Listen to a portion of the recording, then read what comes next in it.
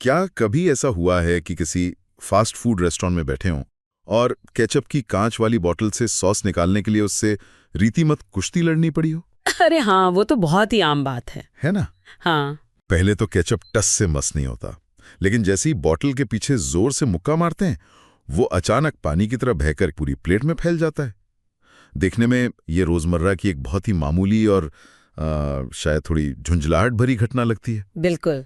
लेकिन क्या हो अगर मैं कहूं कि जिस विज्ञान की वजह से वो केचप बॉटल के अंदर फंसा रहता है, बिल्कुल वही विज्ञान उन जीवन रक्षक दवाइयों को बनाने में इस्तेमाल होता है जो इंसान की जान बचाती हैं। ये सच में एक बहुत ही अद्भुत बात है।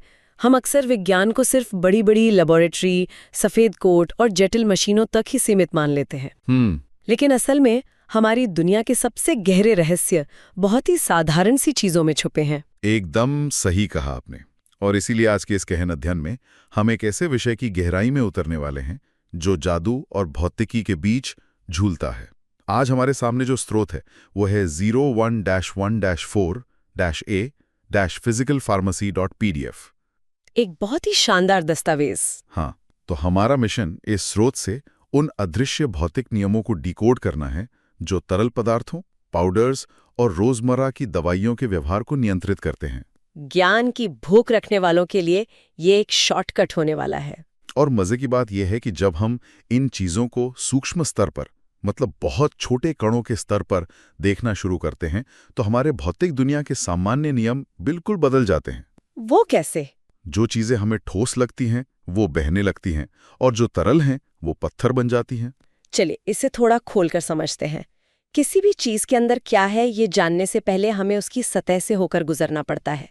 स्रोत में जो सबसे पहली और दिलचस्प अवधारणा दी गई है वो है सरफेस टेंशन या सतह का तनाव। हाँ, सरफेस टेंशन। तो इसे ऐसे समझा जा सकता है कि किसी भी तरल पदार्थ की सतह एक अदृश्य ट्रैम्पोलिन या एक खिंचे हुए गुब्बारे की तरह काम करती है। इसी वजह से पानी की बूंदें गोल आकार ले लेती हैं और कुछ हल्के कीड़े बिना डूबे पानी की सतह पर आराम से चल लेते हैं। हाँ, और इसके पीछे का कारण बहुत ही तार्किक है। अगर आप देखें तो पानी के अंदर मौजूद हर अणु को उसके आसपास के दूसरे अणु अपनी तरफ खींच रहे होते हैं। अच्छा। इसे कोहेसिव फोर्स या समान अणुओं के बीच का खिंचाव कहते हैं। तो मतलब अंदर वाले अणुओं पर हर तरफ से बराबर खिंचाव होता है। बिल्कुल। लेकिन जो अणु बिल्कुल सतह पर हैं, उनके ऊपर हवा है, कोई पानी नहीं है। सही बात है। इसलिए वे केवल नीचे और अगल-बगल की तरफ खिंचते हैं। इसी से सतह पर एक तनाव पैदा हो जाता है। अगर हम इसे नापने की बात करें तो स्रोत बताता है कि यह सतह पर 1 मीटर लंबी रेखा पर समकोण पर काम करने वाला बल है। मतलब इसे नापते कैसे हैं? एमकेएस सिस्टम में इसे न्यूटन प्रति मीटर में नापते हैं और सीजीएस में डाइन प्रति सेंटीमीटर में। और एक मजेदार कन्वर्जन भी है स्रोत में कि 1000 मिली न्यूटन प्रति मीटर असल में 1 न्यूटन प्रति मीटर के बराबर होता है। लेकिन मुझे यहाँ एक बात खटक रही है। स्रोत में इस तनाव को नापने के कई तरीके बताए गए हैं, जैसे कैपिलरी राइज मेथड, जहाँ एडिसिव बल कोहेसिव बल से ज्यादा होता है, और एक स्टेलागोमोमीटर द्वारा ड्रॉप वेट और ड्रॉप काउंट विधि है। हाँ, और ड्यू नॉय रिंग मेथड भी है। बिल्कुल। जहां तक मैं समझ पाया हूं, इसमें प्लैटिनम और इरिडियम धातु से बनी एक छोटी सी रिंग को पानी की सतह पर रखा जाता है और फिर उसे ऊपर की तरफ खींचा जाता है। रिंग को पानी की सतह से अलग करने में जितनी ताकत लगती है वही सरफेस टेंशन है। इसके अलावा एक विल्हेल्मीज प्लेट विधि भी है। जी, आपने सारे तरीके एकदम सही बताए। लेकिन मेरा सवाल यह है कि एक फार्मेसी लैब में या दवा बनाने वाली कंपनी में किसी को पानी या तेल का सरफेस टेंशन नापने की इतनी क्या पड़ी है? ये इतनी क्रिटिकल चीज क्यों है? ये एक बहुत ही बेहतरीन सवाल है। देखिए, कोई भी दवा तब तक शरीर में काम नहीं कर सकती जब तक कि वो घुल न जाए। अब मान लीजिए कि हम तेल और पानी को मिलाने की कोशिश कर रहे हैं, जैसे कोई क्रीम या मलहम बनाने के लिए। बिल्कुल। तेल और पानी एक दूसरे से नफरत करते हैं। इन दोनों के बीच की जो सीमा है जहां ये मिलते हैं, वहां एक बहुत ही भारी तनाव होता है जिसे इंटरफेशियल टेंशन कहते हैं। ओहो, इंटरफेशियल टेंशन। हाँ, अगर हम इस तनाव को सटीक रूप से नापेंगे नहीं तो हम कभी ये पता नहीं लगा पाएंगे कि उस तनाव को तोड़ने के लिए हमें कितनी मेहनत करनी पड़ेगी। और यहीं पर वो जादुई चीज एंट्री लेती है जिसे हम सर्फेक्टेंट या वेटिंग एजेंट कहते हैं ना। साबुन इसका सबसे आम उदाहरण है, लेकिन मुझे हमेशा से ये अजीब लगता है कि साबुन आखिर ऐसा क्या करता है कि पानी जो कपड़ों के रेशों में नहीं घुस पा रहा था, वो अचानक अंदर तक चला जाता है। ये बहुत ही दिलचस्प प्रक्रिया है। क्या साबुन उस पानी के ट्रैम्पोलिन को बीच से फाड़ देता है? आप इसे ट्रैम्पोलिन फाड़ना ही कह सकते हैं। अगर हम एक सर्फैक्टेंट के अणु को माइक्रोस्कोप से देखें तो वो एक टैडपोल या एक छोटी मछली जैसा दिखता है। अच्छा, मछली जैसा? हाँ, इसका एक सिर होता है और एक पूंछ होती है। इसका जो सिर है वो हाइड्रोफिलिक होता है, मतलब उसे पानी से बेहद प्यार होता है।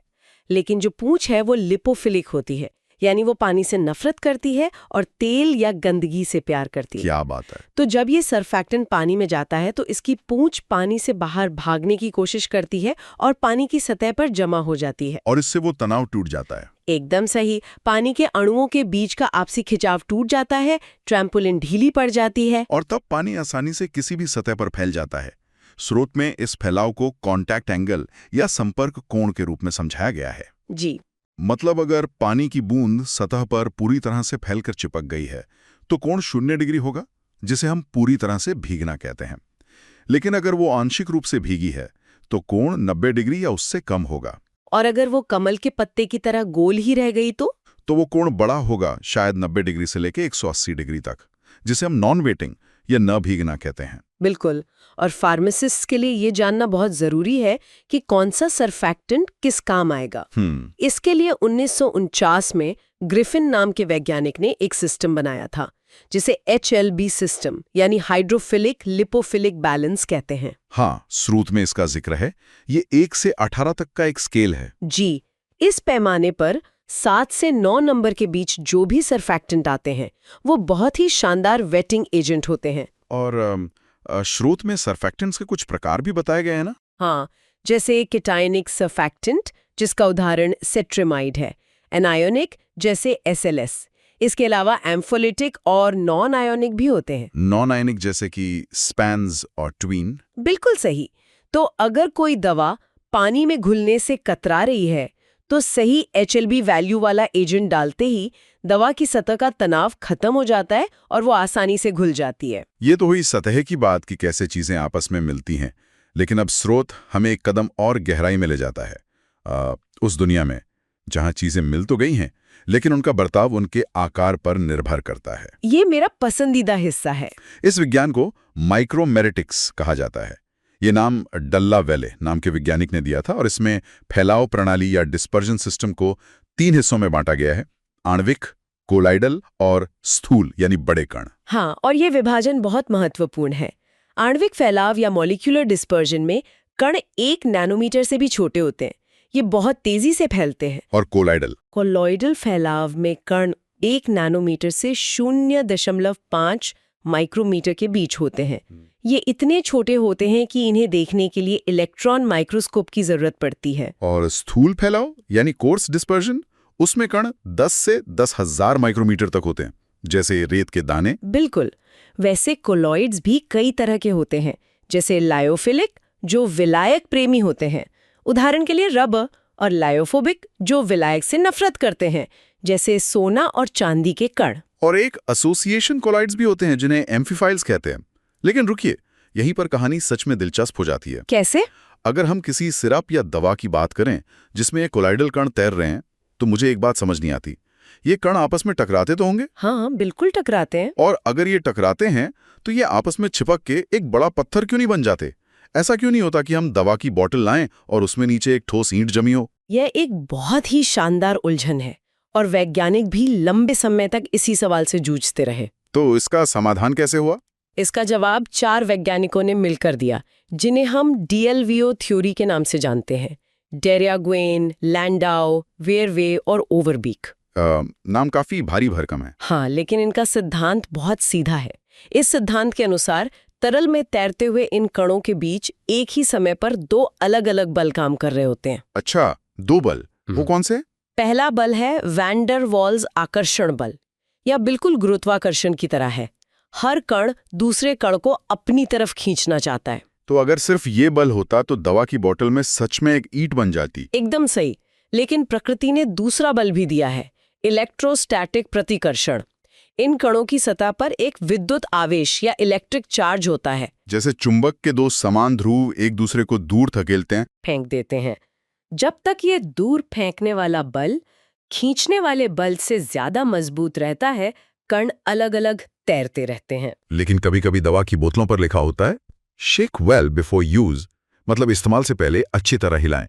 तो क्या इसका मतलब है कि कभी-कभी वो खींचने वाला बल जीत जाता है और कण नीचे बैठ जाते हैं? जी हाँ, बड़े कणों के मामले में गुरुत्वाकर्षण अपना काम करता है और उन्हें नीचे खींच लेता है। लेकिन हम जानबूझकर उनके इलेक्ट्रोस्टैटिक चार्ज को ऐसे सेट करते हैं कि वे नीचे बैठें तो सही, लेकिन आपस में एक ठोस ईंट की तरह न चिपकें। मतलब वो बस एक ढीले जाल की तरह नीचे बैठते हैं। हाँ, और जैसे ही आप बोतल को हिलाते हैं, वे फिर से पूरे तरल में बराबर फैल जाते हैं। ये फार्मास्यूटिकल इंजीनियरिंग का एक बहुत ही बारीक संतुलन है। वाह, एक साधारण सी बोतली लाने के पीछे इतना गहरा विज्ञान है। इसी माइक्रोमेरिटिक्स के हिस्से में स्रोत एक और बहुत ही जरूरी चीज पर जोर देता है, सतह क्षेत्र या सरफेस एरिया। हाँ, ये भी दवा के असर के लिए बहुत जरूरी है। स्रोत स्पष्ट करता है कि कण जितना छोटा होगा, उसका कुल सतह क्षेत्र उतना ही बड़ा होगा। इसे मैं ऐसे देखता हूं, मान लीजिए आपके पास एक बड़ा आलू है। अच्छा, आलू का उदाहरण। हाँ, अगर आप उसे सीधा तेल में तलने डाल दें, तो वो अपने आकार के हिसाब से एक सीमित मात्रा में ही तेल सोखेगा। सही बात है। लेकिन अगर आप उसी आलू को छोटे छोटे टुकड़ों में काटकर उसके फ्रेंच फ्राइज बना दें, तो आपने उसकी नई सतहें खोल दी हैं। अब वो पहले के मुकाबले कहीं ज्यादा तेल सोखेगा। अगर हम इसे बड़े परिदृश्य से जोड़कर देखें, तो ये फ्रेंच फ्राइज वाला उदाहरण इंसानी जान बचाने के सीधे काम आता है। वो कैसे? जब हम कोई दवा खाते हैं, तो हमारे पेट के एसिड और तरल पदार्थ उस दवा को सोखने का काम करते हैं। अगर दवा के कण बड़े हैं, तो शरीर के रसायनों को काम करने के लिए कम जगह मिलेगी और दवा धीरे धीरे घुलेगी। लेकिन अगर किसी को हार्ट अटैक आ रहा है या कोई भयंकर दर्द में है, तो हम इतना इंतजार नहीं कर सकते। तो क्या इसका मतलब है कि इमरजेंसी वाली दवाइयों को जानबूझकर बहुत बारीक पीसा जाता है? बिल्कुल। हम दवा के कणों को माइक्रोनाइज करके उन्हें बेहद छोटा कर देते हैं। इससे उनका सतह क्षेत्र हजारों गुना बढ़ जाता है। और दवा तुरंत असर करती है? हाँ, जैसे ही वो दवा पेट में जाती है, शरीर के तरल पदार्थ उस पर हर तरफ से हमला कर देते हैं और दवा मिनटों के बजाय सेकंडों में खून में घुल जाती है। स्रोत में इन कणों का आकार और सतह क्षेत्र नापने के कुछ तरीके भी दिए गए हैं, जैसे माइक्रोस्कोपी से या फिर सीविंग से, जिसमें 50 से 1500 माइक्रोमीटर के कण छलनी से छाने जाते हैं। जी, और सेडिमेंटेशन विधि से स्टोक्स व्यास मापा जाता है और कंडक्टिविटी के लिए काउल्टर करंट विधि होती है। और सतह क्षेत्र को नापने के लिए बीईटी समीकरण से एडसॉर्प्शन या कोजेनी-कारमेन समीकरण से एयर परमिएबिलिटी का उपयोग किया जाता है। बिल्कुल, ये सभी तरीके यह सुनिश्चित करते हैं कि कणों का आकार एकदम सटीक हो। ये तो हुई एक अकेले कण की बात। लेकिन अब जरा सोचिए, जब लाखों करोड़ों कण एक साथ आ जाते हैं, तो वो एक पाउडर बन जाते हैं। सही कहा। स्रोत के तीसरे हिस्से में पाउडर्स के इस गुप्त जीवन का जिक्र है। यहाँ डेंसिटी यानी घनत्व के कुछ प्रकार बताए गए हैं, जैसे बल्क डेंसिटी और टैप डेंसिटी। मुझे ये बिल्कुल सूटकेस में कपड़े पैक करने जैसा लगता है। सूटकेस वाला उदाहरण। हाँ, जब हम कपड़े सूटकेस में डालते हैं तो हवा की वजह से वो जल्दी भर जाता है। ये बल्क डेंसिटी है, जिसमें खाली स्थान भी शामिल होता है। फिर हम सूटकेस को थोड़ा हिलाते हैं, उसे थपथपाते हैं ताकि कपड़े नीचे बैठ जाएं और खाली जगह खत्म हो जाए। ये टैप डेंसिटी हुई। ये एकदम सटीक तुलना है। पाउडर के कणों के बीच भी बहुत सारी हवा फंसी होती है, लेकिन वैज्ञानिकों को कभी-कभी उस हवा के बिना वाली असली डेंसिटी जाननी होती है, जिसे ट्रू डेंसिटी कहते हैं। हाँ, और ग्रैन्युलर डेंसिटी भी एक प्रकार है। लेकिन स्रोत में लिखा है कि ट्रू डेंसिटी नापने के लिए हीलियम पिक्नोमीटर का इस्तेमाल होता है। अब यहाँ मेरा दिमाग चकराता है। क्यों? घनत्व नापने के लिए हीलियम गैस का ही इस्तेमाल क्यों? किसी तरल पदार्थ का इस्तेमाल क्यों नहीं कर लेते? क्योंकि तरल पदार्थ या यहाँ तक कि सामान्य हवा भी हर बारीक दरार में नहीं घुस सकती। पाउडर का हर कण एक चिकने पत्थर जैसा नहीं होता। अच्छा। उसमें माइक्रोस्कोपिक छेद और दरारें होती हैं। अगर हमें सच्चा घनत्व चाहिए, तो हमें उस कण के अंदर मौजूद हर एक नैनोमीटर खाली जगह का पता लगाना होगा। और हीलियम इसमें कैसे मदद करता है? हीलियम ब्रह्मांड के सबसे छोटे और सबसे फुर्तीले परमाणुओं में से एक है। यह पाउडर के कणों की उन सूक्ष्म दरारों के अंदर तक घुस जाती है जहां कोई और चीज नहीं पहुंच सकती। इसलिए ट्रू डेंसिटी नापने के लिए हीलियम ही सबसे सटीक परिणाम देती है। कमाल है। अच्छा, स्रोत में पाउडर्स के बहने का भी एक विज्ञान बताया गया है, जिसे फ्लो प्रॉपर्टीज कहते हैं। और मुझे हमेशा से लगता था कि बहना सिर्फ पानी का काम है। नहीं, पाउडर भी बहुत खास तरीके से बहते हैं। यहाँ एक शब्द का इस्तेमाल हुआ है, एंगल ऑफ रिपोज या विश्राम कोण, जिसका सूत्र है tan थीटा बराबर h/r। जी। अगर मैं इसे एक आसान तस्वीर में बदलूं तो ये वैसे ही है जैसे आप मुट्ठी से रेत जमीन पर गिराएं। वो एक तिकोना पहाड़ बना लेगी। वो पहाड़ कितना ऊंचा और कितना तीखा होगा, वही एंगल ऑफ रिपोज है। बिल्कुल सही कल्पना की आपने। अगर पाउडर चिकना है तो कोण बहुत कम होगा और पहाड़ चपटा बनेगा। स्रोत के अनुसार अगर ये कोण 25 से 30 के बीच हो तो प्रवाह एक्सीलेंट या बहुत अच्छा माना जाता है।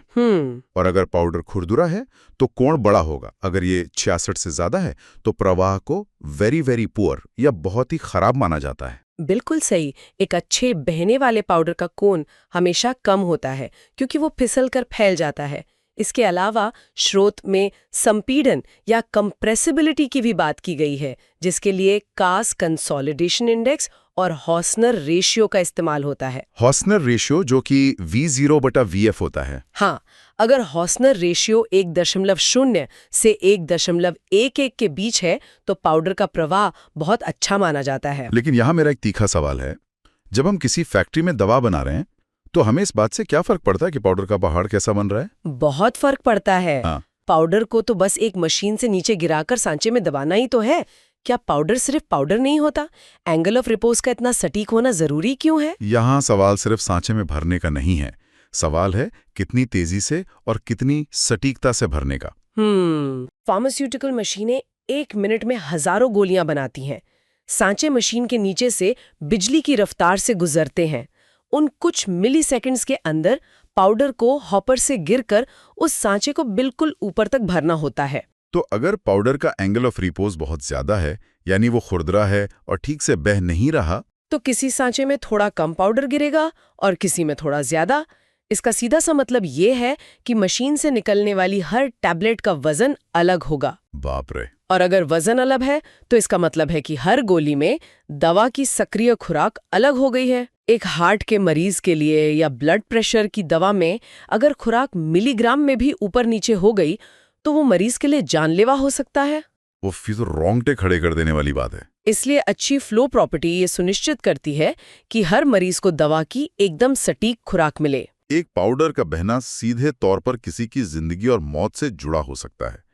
अब जब बहने की बात चल ही रही है तो स्रोत हमें हमारे चौथे और शायद सबसे रहस्यमय हिस्से की ओर ले जाता है, रियोलॉजी। रियोलॉजी यानी बहने का विज्ञान। हाँ, स्रोत बताता है कि रियो मतलब बहना और लोगोस मतलब विज्ञान। ये नाम बिंघम और क्रॉफर्ड नाम के वैज्ञानिकों ने दिया था। जी, पाउडर्स तो बहते ही हैं, लेकिन जटिल तरल पदार्थों और मलहम के बहने के नियम और भी अजीब हैं। रियोलॉजी हमें बताती है कि हर चीज न्यूटन के नियमों का पालन नहीं करती। अच्छा, न्यूटोनियन और नॉन न्यूटोनियन फ्लो? बिल्कुल। जो तरल पदार्थ न्यूटन के नियम का पालन करते हैं, जैसे पानी या ग्लिसरीन, हम उन्हें न्यूटोनियन फ्लो कहते हैं। आप उन पर जितना दबाव डालेंगे वो उसी हिसाब से बहेंगे। लेकिन असली जादू शुरू होता है नॉन न्यूटोनियन फ्लो में। तो इस सब का असल मतलब क्या है? स्रोत में कई तरह के नॉन न्यूटोनियन फ्लो बताए गए हैं जो समय पर निर्भर नहीं करते हैं, यानी टाइम इंडिपेंडेंट होते हैं।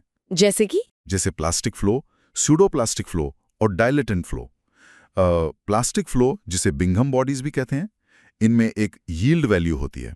हाँ, यील्ड वैल्यू। इसे ऐसे समझ सकते हैं जैसे टूथपेस्ट की ट्यूब। जब तक आप उसे एक निश्चित ताकत से नहीं दबाएंगे, टूथपेस्ट बाहर नहीं आएगा। उसे बहने के लिए एक न्यूनतम धक्के की जरूरत होती है। बिल्कुल सही। और दूसरा है स्यूडो प्लास्टिक फ्लो, जिसे शेयर थिनिंग भी कहते हैं। हाँ, जैसे प्राकृतिक गोंद। हाँ, और यहाँ हमारा केचप वाला उदाहरण वापस आता है। अरे हाँ, जब हम केचप की बोतल को धक्का मारते हैं तो वह बल लगने पर अचानक पतला हो जाता है और बाहर आ जाता है। बल लगाते ही गाढ़ेपन का कम हो जाना स्यूडो प्लास्टिक फ्लो है। लेकिन स्रोतों में कुछ टाइम डिपेंडेंट फ्लो भी हैं, जैसे थिक्सोट्रॉपी। ये स्यूडो प्लास्टिक से अलग कैसे है?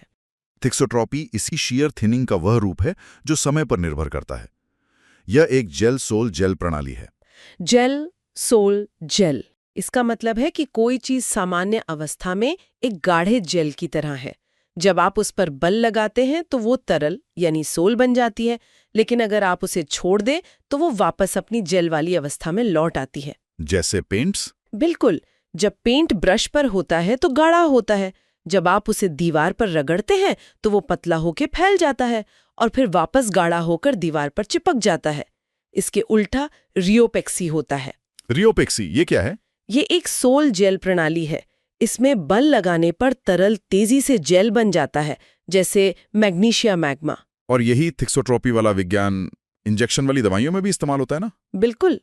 सोचिए, अगर कोई दवा शरीर के अंदर जाके बहुत धीरे धीरे अपना असर दिखाना चाहती है, उसे सिरिंज के अंदर एक गाढ़े जेल की तरह रखा जाता है। जब डॉक्टर सुई से उसे आपके शरीर में धकेलता है तो उस दबाव की वजह से दवा तुरंत पानी की तरह पतली हो जाती है, ताकि पतली सी सुई से आसानी से निकल सके। और जैसे ही वो आपके शरीर के अंदर पहुंचती है और दबाव खत्म होता है, वो दवा वापस जेल बन जाती है और फिर हफ्तों तक अपना असर दिखाती रहती है। एकदम सही पकड़ा आपने। अगर रियोलॉजी का ज्ञान न हो तो वो इंजेक्शन सुई के अंदर ही जाम हो जाएगा या फिर शरीर में पानी की तरह फैलकर तुरंत खत्म हो जाएगा। लेकिन इन सब में मुझे जो सबसे अजीब चीज लगी वो है डायलेटेंट फ्लो या shear थिकनिंग। ये केचप या पेंट के बिल्कुल उलट है। हाँ, ये काफी अलग है। अगर आप कॉर्नस्टार्च को पानी में घोलें तो वो एक अजीब सा मिश्रण बन जाता है। तनाव बढ़ने पर इसका गाढ़ापन बढ़ता है। अगर आप उसमें धीरे से उंगली डालें तो वो एक सामान्य तरल की तरह महसूस होता है, लेकिन अगर आप उस पर पूरी ताकत से मुक्का मारें तो वो अचानक एक ठोस पत्थर की तरह बन जाता है और आपकी उंगली टूट भी सकती है। ये सच में एक बहुत ही अजीब घटना है। यहाँ एक बहुत ही जरूरी सवाल खड़ा होता है, दबाव पड़ने पर कोई तरल पदार्थ सख्त कैसे हो सकता है? इसके पीछे क्या भौतिकी है? इसका रहस्य उन कणों की संरचना और उनके बीच की खाली जगह, जिसे वॉइड वॉल्यूम कहते हैं, उसमें छिपा है। डायलेटेंट सिस्टम में क्या होता है कि कण बहुत करीब करीब पैक होते हैं। अच्छा। उनके बीच का जो खाली स्थान है वो बहुत कम होता है, और जो तरल है जैसे पानी, वो ठीक उतनी मात्रा में होता है कि बस उन खाली स्थानों को भर सके और कणों को चिकनाई दे सके। ठीक है, तो जब तक मैं धीरे धीरे काम कर रहा हूं वे कण उस पानी की चिकनाई पर फिसल रहे हैं। बिल्कुल। लेकिन जब आप अचानक बहुत तेज शियर स्ट्रेस या कतरनी बल लगाते हैं, जैसे जोर से मुक्का मारना, तो वे कण अचानक अव्यवस्थित हो जाते हैं। उनकी साफ सुथरी पैकिंग बिगड़ जाती है। पैकिंग बिगड़ने से कणों के बीच का कुल खाली स्थान अचानक बढ़ जाता है। अब समस्या ये है कि पानी तो उतना ही था। अरे हाँ। वो पानी अब उन नई बड़ी खाली जगहों में भर जाता है और कण सूख जाते हैं। उनके बीच की चिकनाई खत्म हो जाती है और वे सीधे एक दूसरे से रगड़ने लगते हैं। यह घर्षण इतना भयंकर होता है कि वो मिश्रण 1 सेकंड के 10वें हिस्से में ठोस पत्थर की तरह व्यवहार करने लगता है। तो मुक्का मारते ही कणों के बीच ट्रैफिक जाम लग जाता है और सारा पानी खाली गड्ढों में गिर जाता है। ये सच में दिमाग को चकरा देने वाला है ना? अच्छा, स्रोत में शांता या विस्कोसिटी के बारे में भी बताया गया है, जो तरल के बहने का प्रतिरोध है। इसकी इकाई पॉइज या पास्कल सेकंड होती है। जी, और काइनेमेटिक विस्कोसिटी को स्टोक्स में मापा जाता है, जो विस्कोसिटी को डेंसिटी से भाग देने पर मिलती है। इन चीजों को नापने के लिए तो साधारण मशीनों से काम नहीं चलता होगा। बिल्कुल नहीं। जहां एक साधारण तरल की विस्कोसिटी नापने के लिए हम एक ट्यूब से उसे गिराकर समय नाप सकते हैं, जिसे कैपिलरी विस्कोमीटर कहते हैं। एक फॉलिंग स्फीयर विस्कोमीटर भी होता है, जो 0.5 से 2 लाख पॉइज तक नाप सकता है। वहीं इन अजीबोगरीब नॉन न्यूटोनियन तरल पदार्थों के लिए रोटेशनल विस्कोमीटर का उपयोग करना पड़ता है, जैसे कप एंड बॉब या कोन एंड प्लेट मशीनें। कप एंड बॉब, ये नाम भी कितने मजेदार हैं। हाँ, ये मशीनें तरल को अलग अलग गति से घुमाती हैं और ये नापती हैं कि तरल पदार्थ कितनी ताकत से वापस प्रतिरोध कर रहा है। तो आज हमने जो देखा है, अगर मैं उसे समेटने की कोशिश करूं, हमने इस स्रोत सामग्री से ये समझा कि हमारी दुनिया सिर्फ उन चीजों से नहीं चलती जो हमें बड़ी बड़ी मशीनों में दिखती हैं। बिल्कुल। पानी की एक बूंद को गोल बनाने वाला सरफेस टेंशन, एक दवा की गोली को हमारे खून में कितनी जल्दी घोलना है ये तय करने वाला माइक्रोमेरेटिक्स का सतह क्षेत्र, और एक मशीन से हर गोली बराबर वजन की कैसे निकले ये तय करने वाला पाउडर का एंगल ऑफ रिपोज, और बहने का विज्ञान। हाँ, और आखिर में एक क्रीम या इंजेक्शन हमारे शरीर के साथ कैसे तालमेल बिठाएगा ये तय करने वाली रियोलॉजी। सुनने वालों के लिए ये समझना दिलचस्प होगा कि विज्ञान हमारी कॉफी के कप से लेकर हमारे द्वारा खाई जाने वाली हर गोली तक मौजूद है। विज्ञान की यही खूबसूरती है, जब हम इन सिद्धांतों को समझते हैं तो हम सिर्फ जानकारी नहीं जुटा रहे होते, बल्कि हम उस तंत्र को समझ रहे होते हैं जो इस पूरी दुनिया को चला रहा है। फार्मेसी सिर्फ रसायनों को मिलाने का नाम नहीं है, यह भौतिकी के इन सूक्ष्म बलों को अपने फायदे के लिए इस्तेमाल करने की एक कला है। और आज की इस चर्चा को खत्म करने से पहले मैं चाहता हूं कि एक ऐसा विचार छोड़ा जाए जो शायद भविष्य बदल सकता है। वो क्या है? हमने अभी डायलेटेंट मतलब शियर थिकनिंग पदार्थों के बारे में बात की, जो मुक्का मारने या दबाव पड़ने पर पत्थर की तरह सख्त हो जाते हैं। जरा सोचिए, क्या होगा अगर हम इन माइक्रोमेरेटिक्स और रियोलॉजी के सिद्धांतों का उपयोग करके भविष्य में एक स्मार्ट लिक्विड आर्मर बना लें? ओह वाओ, ये तो बहुत ही गजब का विचार है। एक ऐसा सुरक्षा सूट जो देखने में और पहनने में पानी या सिल्क की तरह लचीला हो, जिससे एक सिपाही आराम से भाग सके, लेकिन जैसे ही उस पर कोई गोली लगे या कोई तेज प्रहार हो तो वो डायलेटेंट इफेक्ट की वजह से 1 मिलीसेकंड में किसी स्टील की प्लेट से भी ज्यादा सख्त हो जाए और गोली के गिरते ही वापस सिल्क बन जाए। बिल्कुल।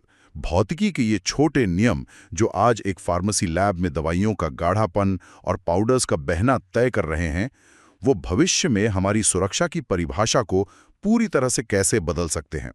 ये सच में सोचने वाली बात है। ये विज्ञान की असली ताकत है। तो इस गहन अध्ययन का हिस्सा बनने के लिए बहुत बहुत धन्यवाद।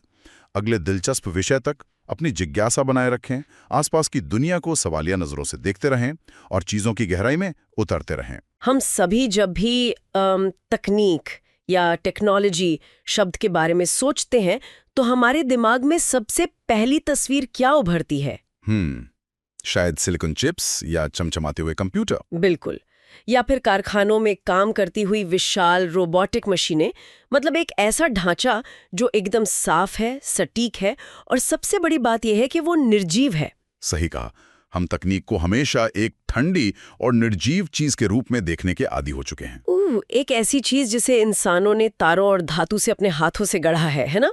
हाँ, हमारी पूरी समझ यही कहती है कि तकनीक वो है जिसे कारखानों में असेंबल किया जाता है, न कि वो जो खेतों या जंगलों में सांस लेती है। लेकिन जरा सोचिए, क्या हो अगर दुनिया की सबसे शक्तिशाली तकनीक किसी लोहे या प्लास्टिक की फैक्ट्री में ना बनती हो? क्या हो अगर वो तकनीक प्रयोगशाला की किसी मशीन से नहीं बल्कि सीधा प्रकृति से पनपती हो? ये एक बहुत ही दिलचस्प विचार है। और क्या हो अगर भविष्य की मशीनें, मेरा मतलब है क्या हो अगर वो जीवित हो? क्या बात है। आज की इस गहन चर्चा का विषय बिल्कुल यही है, बायोटेक्नोलॉजी यानी जैव प्रौद्योगिकी।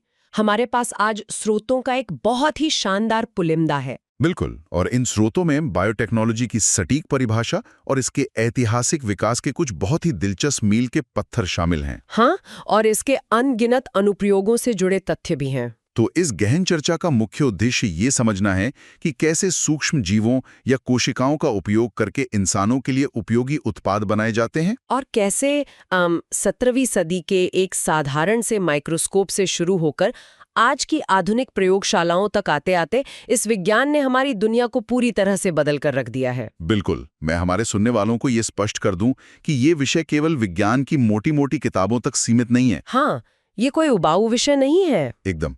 ये हमारे रोजमर्रा के जीवन का हिस्सा है। हम जो खाना खाते हैं, जो दवाइयां लेते हैं, यहाँ तक कि जिस पर्यावरण में हम रहते हैं, वो सब बायोटेक्नोलॉजी से गहराई से जुड़ा हुआ है। सच कहूं तो ये एक ऐसा विषय है जो पहली बार सुनने पर किसी विज्ञान कथा या साइफाई फिल्म की कहानी जैसा लगता है।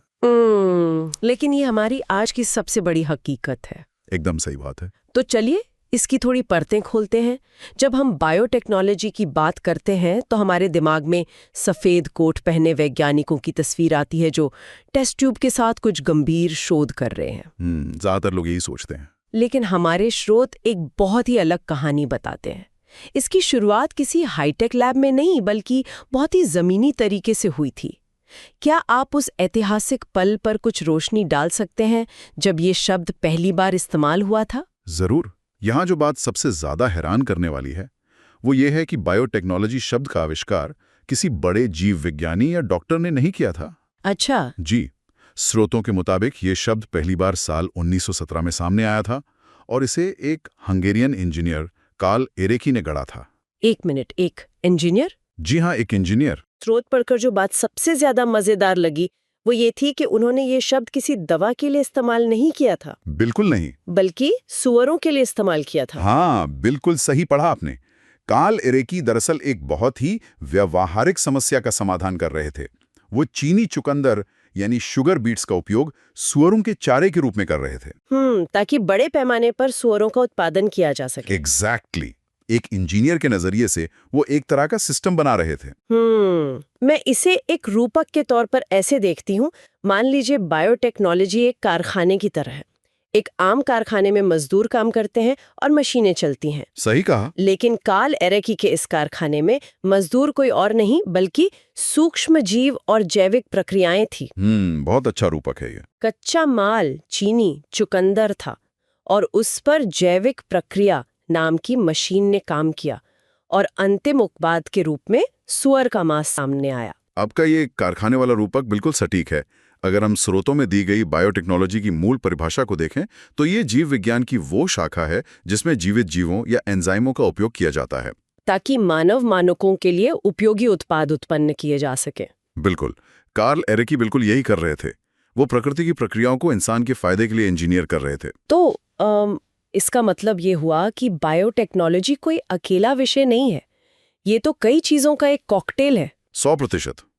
हमारे स्रोत ये बहुत स्पष्ट करते हैं कि बायोटेक्नोलॉजी केवल जीव विज्ञान नहीं है, ये कृषि, चिकित्सा और औद्योगिक क्षेत्रों का एक अनूठा संगम है। और इसमें इंजीनियरिंग और रसायन विज्ञान भी शामिल है। हाँ, ये एक बहुविषयक दृष्टिकोण है जहां एक रसायन शास्त्री, एक जीव विज्ञानी और एक इंजीनियर एक ही मेज पर बैठकर काम करते हैं ताकि किसी जीवित चीज को एक उपकरण की तरह इस्तेमाल किया जा सके। बिल्कुल सही। लेकिन यहाँ एक बात मुझे बहुत परेशान कर रही है।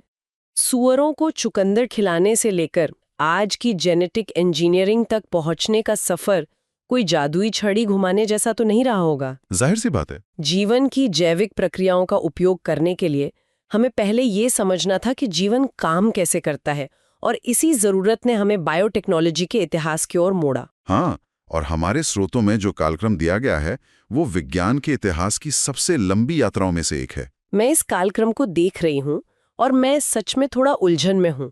1665 में रॉबर्ट हुक ने पहली बार कोशिका यानी सेल की खोज की। माइक्रोस्कोप के नीचे। हाँ, उन्होंने देखा कि जीवन छोटे छोटे कमरों या सेल से बना है।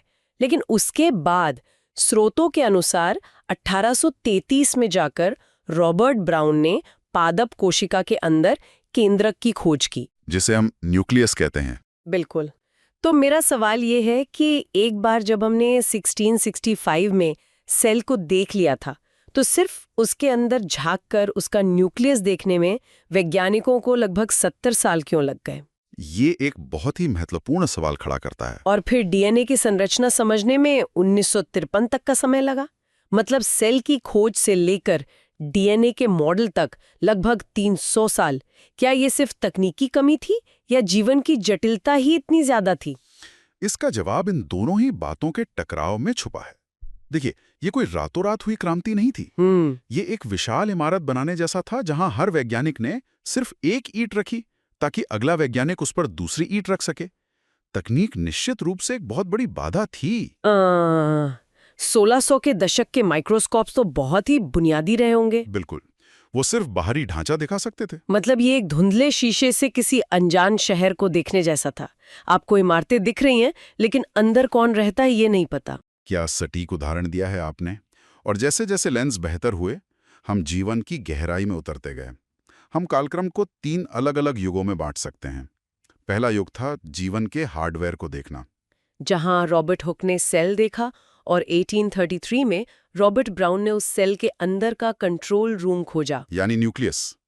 तो न्यूक्लियस कंट्रोल रूम था, लेकिन उस कंट्रोल रूम के अंदर क्या निर्देश लिखे हैं ये किसी को नहीं पता था। ठीक कहा। और यहां से हमारा दूसरा युग शुरू होता है, जीवन के मैनुअल या कोड को खोजना। अच्छा। 1869 में जोहान फ्रेडरिक ने पहली बार डीएनए की खोज की।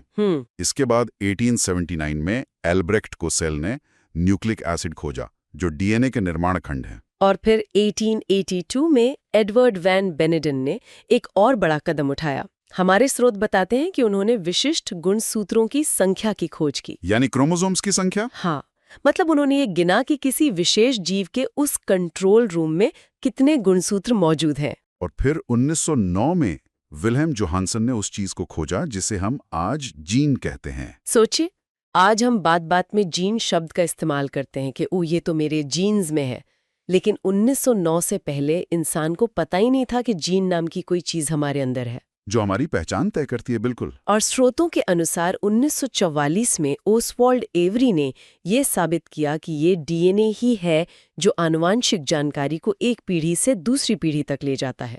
अब हम तीसरे और सबसे क्रांतिकारी युग में प्रवेश करते हैं, उस कोड को पढ़ना और उसे फिर से लिखना, यानी एडिटिंग करना। जी। 1953 का वो ऐतिहासिक साल आया जब वॉटसन और क्रिक ने डीएनए संरचना का वो मशहूर डबल हेलिक्स मॉडल दुनिया के सामने रखा। एक मुड़ी हुई सीढ़ी जैसा आकार। बिल्कुल। और एक बार जब हमें सीढ़ी का आकार समझ आ गया तो हमें उसकी भाषा समझनी थी। 1964 में मार्शल निरेनबर्ग ने आनुवांशिक कोड को डिकोड किया। ओह, और यहाँ से विज्ञान का सबसे रोमांचक मोड़ आता है। 1973 में इसी मार्शल निरेनबर्ग ने रिकॉम्बिनेंट डीएनए तकनीक से भी पर्दा उठाया। हाँ, रिकॉम्बिनेंट डीएनए टेक्नोलॉजी। रुकिए, रिकॉम्बिनेंट डीएनए तकनीक, ये शब्द सुनने में किसी भारी भरकम साइफाई गैजेट जैसा लगता है। हमारे बहुत से सुनने वालों के लिए ये शब्द नया होगा। अगर मैं आपसे इसे बिल्कुल आसान भाषा में समझाने को कहूं, जैसे किसी बच्चे को समझाना हो, तो ये रिकॉम्बिनेंट क्या बला है? हम किस चीज को रिकम्बाइन कर रहे हैं? चलिए इसे ऐसे समझते हैं। मान लीजिए आपके पास एक बहुत ही शानदार रेसिपी की किताब है जिसमें केक बनाने की विधि लिखी है। ठीक है। और एक दूसरी किताब है जिसमें पिज्जा बनाने की विधि है। रिकॉम्बिनेंट डीएनए तकनीक का मतलब है कि आप पिज्जा वाली किताब से एक खास पन्ना फाड़ते हैं और उसे सावधानी से केक वाली किताब के बीच में चिपका देते हैं। ओह, अच्छा। अब जो नई किताब बनेगी उसमें दोनों के गुण होंगे। असल विज्ञान में वैज्ञानिक एक जीव के डीएनए का एक छोटा सा हिस्सा काटते हैं और उसे दूसरे जीव के डीएनए में जोड़ देते हैं। ओह, मतलब हमने प्रकृति के कोड को कट और पेस्ट करना सीख लिया। बिल्कुल। ये तो सच में दिमाग घुमा देने वाला है। मतलब हमने सिर्फ प्रकृति को पढ़ना नहीं सीखा, हमने उसकी प्रोग्रामिंग को खुद एडिट करना सीख लिया। और इसी शक्ति का असर हमें आगे के कालक्रम में दिखता है। 1975 में कोहलर और मिल्स्टीन ने मोनोक्लोनल एंटीबॉडी का उत्पाद तैयार किया। ये मोनोक्लोनल क्या है? ये भी उसी कटपेस और प्रोग्रामिंग का हिस्सा है। मोनोक्लोनल का मतलब है किसी एक ही तरह की कोशिका की हूबहू कॉपियां बनाना, यानी क्लोन्स बनाना। हाँ। और एंटीबॉडीज हमारे शरीर के रक्षक सैनिक होते हैं। तो आसान भाषा में वैज्ञानिकों ने लैब में शरीर के रक्षक सैनिकों की एक पूरी क्लोन आर्मी तैयार करने का तरीका ढूंढ लिया जो किसी एक खास बीमारी से लड़ सके। क्या बात है। और फिर 1976 में यूएट वाई कान ने सिकल सेल एनीमिया की खोज की। जी। मतलब उन्होंने ये ढूंढ निकाला कि कैसे डीएनए के उस विशाल कोड में एक छोटी सी टाइपिंग मिस्टेक एक इंसान को इतनी गंभीर आनुवांशिक बीमारी दे सकती है। बिल्कुल। और जब हम ये समझ गए कि बीमारी कोड में है तो हम बायोटेक्नोलॉजी के जरिए उस कोड को ठीक करने की दिशा में सोचने लगे। और यहाँ से बात सच में बहुत ज्यादा दिलचस्प हो जाती है। कैसे? 300 सालों तक हमने कोड को समझा, उसे एडिट करना सीखा, लेकिन सवाल ये था कि इस सुपर पावर का इस्तेमाल हम कहाँ करेंगे? हमारे स्रोतों में बायोटेक्नोलॉजी के अनुप्रयोगों का एक बहुत बड़ा जाल दिया गया है। हाँ, ये जाल हमें बताता है कि इसका दायरा कितना असीमित है। इस सूची में 10 अलग-अलग क्षेत्र दिए गए हैं। मैं इन सबको एक-एक करके पढ़कर हमारे सुनने वालों को बोर नहीं करना चाहती। पशु प्रजनन, कृषि, चिकित्सा निदान, खाद्य प्रौद्योगिकी में सुधार, किण्वन तकनीक यानी फर्मेंटेशन टेक्नोलॉजी। हाँ, ये सूची बहुत लंबी है, लेकिन इसमें से 2-3 नाम ऐसे हैं जो सच में मुझे रुकने पर मजबूर कर देते हैं। जैसे कि एक शब्द है बायोइन्फॉर्मेटिक्स। ये क्या है? क्या यहाँ हम बायोलॉजी और कंप्यूटर साइंस को मिला रहे हैं? आपने बिल्कुल सही पकड़ा। अगर हम इसे बड़ी तस्वीर से जोड़कर देखें तो इंसान का जो पूरा डीएनए कोड है वो कोई छोटी मोटी फाइल नहीं है। उसमें अरबों अक्षर या डेटा पॉइंट्स हैं। अब इतने बड़े डेटा को कोई इंसान कागज पेन लेकर तो पढ़ नहीं सकता। तो हमें उस जैविक डेटा को पढ़ने के लिए सुपर कंप्यूटर चाहिए। ठीक यही बायोइन्फॉर्मेटिक्स है। ये जीव विज्ञान और कंप्यूटर विज्ञान का विवाह है। हम कंप्यूटर एल्गोरिदम का उपयोग करके इस जैविक डेटा का विश्लेषण करते हैं। इसी की वजह से हम बीमारियों को तेजी से समझ पाते हैं और नई दवाइयां डिजाइन कर पाते हैं। बिल्कुल अद्भुत। एक और शब्द जो स्रोत में बार बार आया है वो है प्रोटियोमिक्स और जीनोमिक्स। ये क्या है? बहुत आसान शब्दों में कहूं तो जीनोमिक्स उस पूरी निर्देश पुस्तिका यानी हमारे पूरे जीन के सेट का अध्ययन है। ठीक है। और प्रोटियोमिक्स उन असली मजदूरों यानी प्रोटीन का अध्ययन है जीन सिर्फ आदेश देते हैं, लेकिन शरीर में सारा काम प्रोटीन करते हैं। जैसे खाना पचाना या ऑक्सीजन ले जाना। राइट। तो बायोटेक्नोलॉजी सिर्फ लैब में बैठकर दवाइयां बनाने तक सीमित नहीं है। एकदम नहीं। स्रोत बताते हैं कि ये पादप कृषि या फसल सुधार और पर्यावरण तथा ऊर्जा प्रबंधन में भी इस्तेमाल हो रही है। बिल्कुल। पर्यावरण प्रबंधन का ही उदाहरण लीजिए। क्या आप जानती हैं कि वैज्ञानिक बायोटेक्नोलॉजी का इस्तेमाल करके ऐसे बैक्टीरिया बना रहे हैं जो समुद्र में फैले हुए कच्चे तेल को खा सकते हैं? क्या बात करें, मतलब हम प्रदूषण साफ करने के लिए जैविक मशीनों को छोड़ रहे हैं। जी हाँ, हम पर्यावरण को नुकसान पहुंचाने वाले रसायनों को साफ करने के लिए खुद प्रकृति के ही सूक्ष्म जीवों को इंजीनियर कर रहे हैं। तो इस सब का असल में क्या मतलब है? जब हम जीनोमिक्स या रिकॉम्बिनेंट डीएनए जैसे शब्द सुनते हैं तो लगता है कि ये कोई ऐसी दुनिया है जिसका हमारे आम जीवन से कोई लेना देना नहीं है। लेकिन हमारे स्रोत एक बहुत ही शानदार और रोजमर्रा का उदाहरण देते हैं। एक ऐसा उदाहरण जो खाने की मेज से लेकर हाईटेक लैब तक अपना कमाल दिखाता है। आप अगार अगार की बात करिए। बिल्कुल, अगार अगार। स्रोत बताते हैं कि ये एक जिलेटिनस पदार्थ है, यानी जेली जैसा एक गाढ़ा पदार्थ। हाँ। अब मजेदार बात यह है कि ये किसी केमिकल फैक्ट्री में नहीं बनता, ये सीधे समुद्र से आता है। ये शैवाल से प्राप्त होता है, विशेष रूप से जेलिडियम कोरग्रासिलारिया नाम की शैवाल प्रजातियों से। और इसका उपयोग कहाँ होता है ये जानकर हमारे सुनने वाले हैरान रह जाएंगे। स्रोत बताते हैं कि खाद्य उद्योग में इसे गाढ़ा करने वाले एजेंट या थिकनिंग एजेंट के रूप में इस्तेमाल किया जाता है। मतलब हम जो जेली खाते हैं, जो आइसक्रीम हम बड़े चाव से खाते हैं, उसे वो गाढ़ापन देने के लिए समुद्र की इस शैवाल का इस्तेमाल होता है। लेकिन अगार अगार की कहानी सिर्फ हमारी आइसक्रीम तक सीमित नहीं है। अगर हम इसे बड़ी तस्वीर से जोड़कर देखें तो ये बायोटेक्नोलॉजी के इतिहास का एक बहुत बड़ा अनसंग हीरो है। अनसंग हीरो वो कैसे? हमारे स्रोत इस बात पर विशेष जोर देते हैं कि अगार अगार का व्यापक रूप से माइक्रोबायोलॉजी में संस्कृति माध्यम या कल्चर मीडियम के रूप में उपयोग किया जाता है। कल्चर मीडियम, क्या आप इसे भी किसी रूपक के जरिए समझा सकते हैं? क्योंकि ये शब्द थोड़ा तकनीकी लग रहा है। जरूर। सोचिए कि एक किसान को अपनी फसल उगानी है। क्या वो कंक्रीट के फर्श पर बीज बो सकता है? नहीं, जाहिर सी बात है। उसे एक ऐसी जमीन चाहिए जो बीज को पोषण दे सके। उसी तरह जब वैज्ञानिक किसी बैक्टीरिया पर शोध करना चाहते हैं तो उन्हें उस बैक्टीरिया को लैब में एक कांच की प्लेट में उगाना पड़ता है, जिसे पेट्री डिश कहते हैं। हाँ, लेकिन बैक्टीरिया कांच पर तो उगेगा नहीं, उसे भी एक उपजाऊ मिट्टी चाहिए। अगार अगार बिल्कुल वही उपजाऊ मिट्टी है। अच्छा। ये एक ऐसा जेलीनुमा बेस बनाता है जिस पर बैक्टीरिया पनप सकते हैं। और सबसे बड़ी बात यह है कि ऊंचे तापमान पर भी ये जेली पिघलती नहीं है। ओह, तो इसका मतलब है कि अगार अगार के बिना वैज्ञानिकों के लिए प्रयोगशाला में सूक्ष्म जीवों को सुरक्षित रूप से उगाना और उन पर शोध करना लगभग असंभव होता। बिल्कुल सही। एक साधारण समुद्री जीव से मिलने वाला एक साधारण सा पदार्थ आज दुनिया भर की सबसे उन्नत वैज्ञानिक प्रयोगशालाओं की नींव बन गया है। बायोटेक्नोलॉजी का ही उपयोग करके बायोटेक्नोलॉजी के भविष्य का रास्ता खोल रहे हैं। ये तो सच में एक पूरा चक्र है। प्रकृति के ही उपकरणों का इस्तेमाल करके प्रकृति के रहस्यों को सुलझाना। और यही बायोटेक्नोलॉजी का मूल सार है। तो चलिए, अगर हम आज की इस गहन चर्चा के सारे तारों को एक साथ जोड़ें तो तस्वीर बहुत साफ हो जाती है। हमने देखा कि कैसे बायोटेक्नोलॉजी की शुरुआत 1917 में कार्ल एरेकी के दिमाग में सोरों के लिए एक बेहतर चारा बनाने के विचार से हुई। और वहां से ये विज्ञान इतिहास की पगडंडियों पर चला, जहां वैज्ञानिकों ने लगभग 170 साल सिर्फ एक सेल के अंदर का न्यूक्लियस देखने में लगा दिए। और फिर पीढ़ियों की मेहनत के बाद वॉटसन और क्रिक ने डीएनए के ढांचे को समझा। और 1973 आते आते मार्शल निरेनबर्ग की रिकॉम्बिनेंट डीएनए तकनीक ने हमें उस जैविक कोड को कट पेस्ट करना सिखा दिया। आज ये विज्ञान सिकल सेल एनीमिया जैसी बीमारियों की जड़ पकड़ने से लेकर बायो इन्फॉर्मेटिक्स के जरिए डेटा के समुद्र में गोते लगाने तक पहुंच गया है। एकदम। हमारे सभी सुनने वालों के लिए ये पूरी यात्रा इसलिए इतनी महत्वपूर्ण है क्योंकि आज हम जो भी निवाला खाते हैं, जो दवाइयां लेते हैं, वो सब इसी विज्ञान की देन है। हम कह सकते हैं कि बायोटेक्नोलॉजी वो अदृश्य धागा है जिसने हमारी पूरी आधुनिक दुनिया को बांध रखा है। बिल्कुल।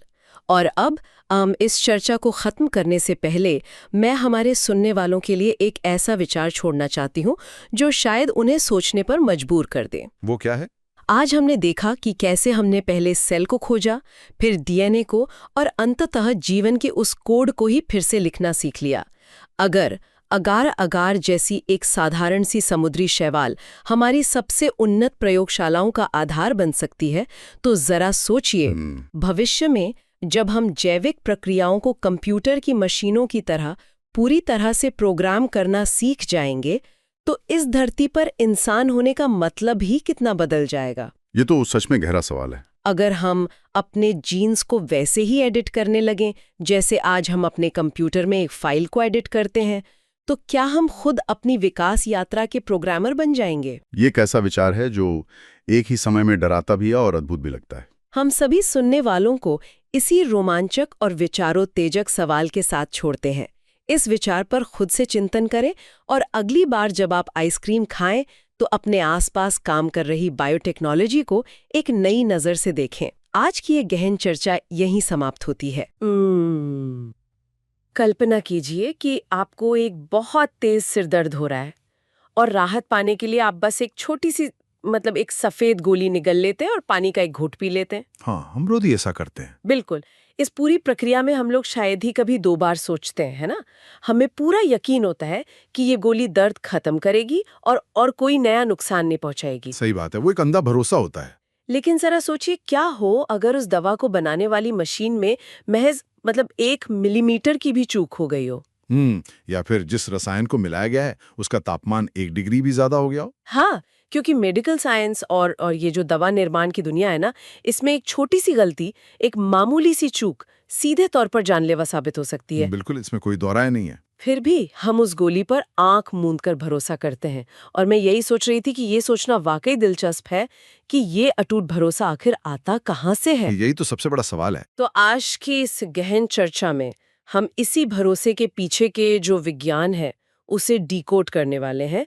हमारी आज की रिसर्च 0114 सी क्वालिटी अश्योरेंस नाम के दस्तावेज से लिए गए विस्तृत नोट्स पर आधारित है। हाँ, और ये नोट्स बहुत ही गहराई से लिखे गए हैं। बिल्कुल। तो हमारा मिशन ये समझना है कि फार्मास्यूटिकल दुनिया में सुरक्षा और गुणवत्ता की ये जो अदृश्य लेकिन अभेद दीवार है, वो कैसे तैयार की जाती है, और वो भी बिना किसी भारी भरकम तकनीकी जाल में उलझे। मैं यहाँ शुरुआत में ही कहूँगा कि ये जो अदृश्य दीवार है ना, वो किसी जादू या किसी इत्तेफाक से नहीं बनती। अच्छा। हाँ, ये प्रक्रियाओं, सख्त चेतावनियों और एक बहुत ही कड़े नियंत्रण का एक ऐसा जाल है जिसे भेदना लगभग असंभव बना दिया जाता है। वाव। इस उद्योग में क्वालिटी या गुणवत्ता सिर्फ कोई मार्केटिंग का कैच फ्रेज नहीं है, ये एक निरपेक्ष कानून है। अगर हम अपनी रिसर्च को गहराई से देखें तो किसी भी सुरक्षित उत्पाद के निर्माण की कहानी एक बहुत ही सीधे सवाल से शुरू होती है। और वो सवाल क्या है? सवाल ये है कि इस दवा को बनाने वाला कौन है और इसे जांचने वाला कौन है। मेकर और चेकर। बिल्कुल। और यहीं से दवा कंपनियों के भीतर 2 बहुत ही महत्वपूर्ण विभागों का जन्म होता है। क्वालिटी कंट्रोल, जिसे हम QC कहते हैं, और क्वालिटी एश्योरेंस यानी QA। ठीक है, आइए इसे थोड़ा विस्तार से समझते हैं, क्योंकि इन दोनों शब्दों को अक्सर लोग एक ही मान लेते हैं। हाँ, बहुत लोग कंफ्यूज होते हैं इसमें। ऐसा लगता है कि दोनों का काम बस ये देखना है कि सब कुछ ठीक है या नहीं। अगर मैं इसे थोड़ा विजुअलाइज करने की कोशिश करूं तो मान लीजिए कि एक बहुत ही हाई एंड शानदार रेस्टोरेंट है। तो इस सेटअप में क्वालिटी कंट्रोल यानी QC कौन होगा? क्या वो मुख्य शेफ है? हाँ, बिल्कुल सटीक उदाहरण है ये। QC वो मास्टर शेफ है जो आग के पास खड़ा है। अच्छा। उसका पूरा ध्यान इस बात पर है कि रेसिपी का सख्ती से पालन हो। वो नमक मापता है, ओवन का तापमान सेट करता है और ये सुनिश्चित करता है कि प्लेट में जो डिश जा रही है वो स्वादिष्ट हो। यानी उसका फोकस सिर्फ डिश पर है। सही कहा। उसका सीधा काम उस उत्पाद को तैयार करना है। क्वालिटी कंट्रोल का काम एक बेहतरीन उत्पाद तैयार करना है। ठीक है, तो अगर शेफ ने अपना काम कर दिया और डिश तैयार है, तो फिर क्वालिटी एश्योरेंस, मेरा मतलब है QA, उसकी क्या जरूरत है? यहीं पर खेल बदलता है। क्या QA वो व्यक्ति है जो बस डिश को चख पर पास कर देता है, या फिर क्या वो रेस्टोरेंट का हेल्थ इंस्पेक्टर है? हेल्थ इंस्पेक्टर वाली उपमा यहाँ एकदम परफेक्ट बैठती है। सच में? हाँ, क्योंकि हेल्थ इंस्पेक्टर खुद प्याज नहीं काटता है ना, उसका काम खाना बनाना नहीं है। हाँ, वो तो बस चेक करता है। बिल्कुल। उसका काम ये सुनिश्चित करना है कि रसोई के सारे मानक सही थे या नहीं। क्या सब्जियां सही तापमान पर स्टोर की गई थीं? क्या कटिंग बोर्ड साफ था? क्या पूरी सप्लाई चेन सुरक्षित थी? क्यूए का काम ये जांचना है कि पूरा जो सिस्टम है वो सही तरीके से काम कर रहा है या नहीं। ताकि डिश हमेशा वैसी ही बने जैसा ग्राहक से वादा किया गया था। एकदम सही। नोट स्पष्ट रूप से कहते हैं कि क्यूसी का काम गुणवत्तापूर्ण उत्पाद तैयार करना है, जबकि क्यूए एक स्वतंत्र अंतिम निरीक्षण के रूप में उसकी पुष्टि करता है। ये जो स्वतंत्र शब्द है ना, ये यहाँ बहुत भारी लगता है मुझे। कैसे? मतलब इसका अर्थ है कि क्यूए टीम भले ही उसी कंपनी का हिस्सा हो, उसी कंपनी से अपनी सैलरी लेती हो, लेकिन उसका काम प्रबंधन या उत्पादन टीम को खुश करना नहीं है। बिल्कुल नहीं। दस्तावेज में एक बहुत दिलचस्प लाइन है कि क्यूए के कार्य को हमेशा ग्राहक का प्रतिनिधित्व करना चाहिए। हाँ, वो लाइन बहुत महत्वपूर्ण है। यानी वे कंपनी के अंदर बैठकर उस मरीज की वकालत कर रहे हैं जो अंततः वो दवा खाएगा। यही कारण है कि क्यूए को क्वालिटी कंट्रोल पर निर्भर नहीं होना चाहिए। अच्छा, दोनों अलग होने चाहिए। हाँ, इसे एक स्वतंत्र इकाई होना चाहिए। जरा सोचिए, अगर जांचने वाला व्यक्ति ही बनाने वाले व्यक्ति को रिपोर्ट करने लगे तो क्या होगा? तब तो कोई भी अपनी गलती छुपा लेगा। बिल्कुल। अगर फैक्ट्री का मैनेजर कहे कि अरे हमारे पास समय कम है, इस बैच को जल्दी बाजार में भेजो, और क्यूए उसी मैनेजर के अधीन हो, तो गुणवत्ता से समझौता हो ही जाएगा। हाँ, दबाव में आकर वो पास कर देंगे। इसीलिए क्यूए कोई छोटा सा चेकलिस्ट वाला काम नहीं है। ये एक व्यापक अवधारणा है जिसमें हर वो चीज शामिल है जो उत्पाद की गुणवत्ता को प्रभावित कर सकती है। तो क्यूए वो सख्त हेल्थ इंस्पेक्टर हो गया जो किसी भी दबाव में नहीं आएगा। सही बात है। यहाँ बात सच में बहुत दिलचस्प हो जाती है, लेकिन मेरे दिमाग में एक सवाल उठता है। पूछिए। एक विशाल दवा कारखाने में जहाँ हर दिन मतलब करोड़ों गोलियां बन रही हैं, क्यूए टीम हर जगह तो मौजूद नहीं हो सकती ना? नहीं, शारीरिक रूप से हर जगह होना असंभव है। वे हवा में तो गुणवत्ता सुनिश्चित नहीं कर सकते।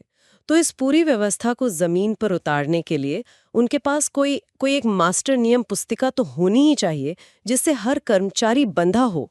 और उसी मास्टर नियम पुस्तिका को इंडस्ट्री में CGMP कहा जाता है, current good manufacturing practices. CGMP? या आम भाषा में इसे सिर्फ GMP भी कहते हैं। अच्छा। ये गुणवत्ता प्रबंधन का वो इंजन है जो ये सुनिश्चित करता है कि उत्पाद लगातार सही गुणवत्ता मानकों के अनुसार ही निर्मित हों। और इसका मुख्य लक्ष्य क्या है? इसका एकमात्र उद्देश्य फार्मास्यूटिकल निर्माण में छिपे जोखिमों को कम करना है। पता है, जब मैं इस GMP के बारे में रिसर्च के नोट्स पढ़ रही थी तो एक चीज जिसने मुझे सबसे ज्यादा चौंकाया वो थी इसकी बारीकी। हाँ, ये बहुत डिटेल में होता है। मतलब ये सिर्फ मशीनों को साफ रखने के बारे में नहीं है, इसमें लिखा है कि कर्मचारियों की ट्रेनिंग कैसी हो, कारखाने में जगह कितनी हो, हवा का वेंटिलेशन कैसा हो, और सबसे बड़ी बात दस्तावेजीकरण यानी डॉक्यूमेंटेशन। बिल्कुल, डॉक्यूमेंटेशन तो इसकी जान है। लेकिन हर एक कदम का मैनुअल या इलेक्ट्रॉनिक रिकॉर्ड रखना अनिवार्य है।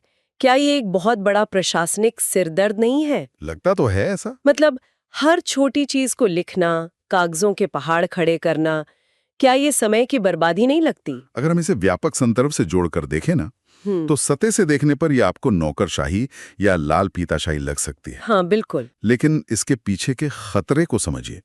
मान लीजिए बाजार में अस्थमा के इनहेलर का एक बैच खराब निकलता है, तो कंपनी बस ये नहीं कह सकती कि शायद मशीन में कुछ खराबी थी। हाँ, वो तो कोई जवाब नहीं हुआ। उन्हें ये सटीक रूप से जानना होगा कि पिछले मंगलवार को दोपहर 3 बजे उस मशीन को किसने चलाया था। वाओ, इतनी डिटेल में? बिल्कुल। तब तापमान क्या था और कच्चा माल किस सप्लायर से आया था। अच्छा, इसीलिए रिकॉर्ड जरूरी है। डॉक्यूमेंटेशन वो सबूत है जो साबित करता है कि काम निर्देशों के अनुसार ही हुआ है, और अगर कहीं कोई चूक या विचलन होता है। एक सेकेंड, विचलन? मतलब अगर कोई प्रक्रिया अपने तय मानक से थोड़ी सी भी भटक जाए, जैसे मान लीजिए किसी रसायन को 50 डिग्री पर उबालना था लेकिन तापमान 52 डिग्री हो गया। ठीक वही। ऐसे विचलनों को या डेविएशंस को नजरअंदाज नहीं किया जा सकता। तो वो क्या करते हैं? GMP के तहत उस 2 डिग्री के अंतर के मूल कारण की यानी रूट कॉज की पूरी जांच की जाती है। वे सिर्फ उस खराब बैच को फेंककर आगे नहीं बढ़ते। अच्छा, वो जड़ तक जाते हैं। हाँ, वे सुधारात्मक और निवारक उपाय लागू करते हैं जिन्हें तकनीकी भाषा में कापा या CAPA कहा जाता है, करेक्टिव एंड प्रिवेंटिव एक्शंस। यानी पहले उस गलती को सुधारना और फिर सिस्टम के चारों ओर एक ऐसी बाड़ लगा देना कि कि वो गलती भविष्य में कभी दोबारा न हो सके। एकदम सही। और ये बाढ़ सिर्फ कारखाने के दरवाजे पर खत्म नहीं होती, मतलब कारखाने के बाहर भी। जीएमपी का एक विस्तार है गुड डिस्ट्रीब्यूशन प्रैक्टिसेस यानी जीडीपी।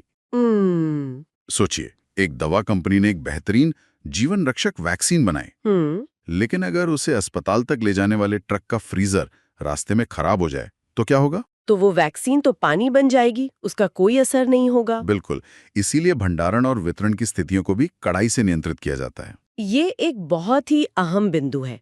मतलब दवा कारखाने से निकलने के बाद भी कंपनी का नियंत्रण खत्म नहीं होता। सही बात है। और नोट्स में ये भी स्पष्ट है कि अगर इन सब के बावजूद, मतलब इतनी चेकिंग के बाद भी कोई खराब बैच बाजार तक पहुंच जाए तो उसे वापस बुलाने यानी रिकॉल करने की एक अचूक प्रणाली होनी चाहिए।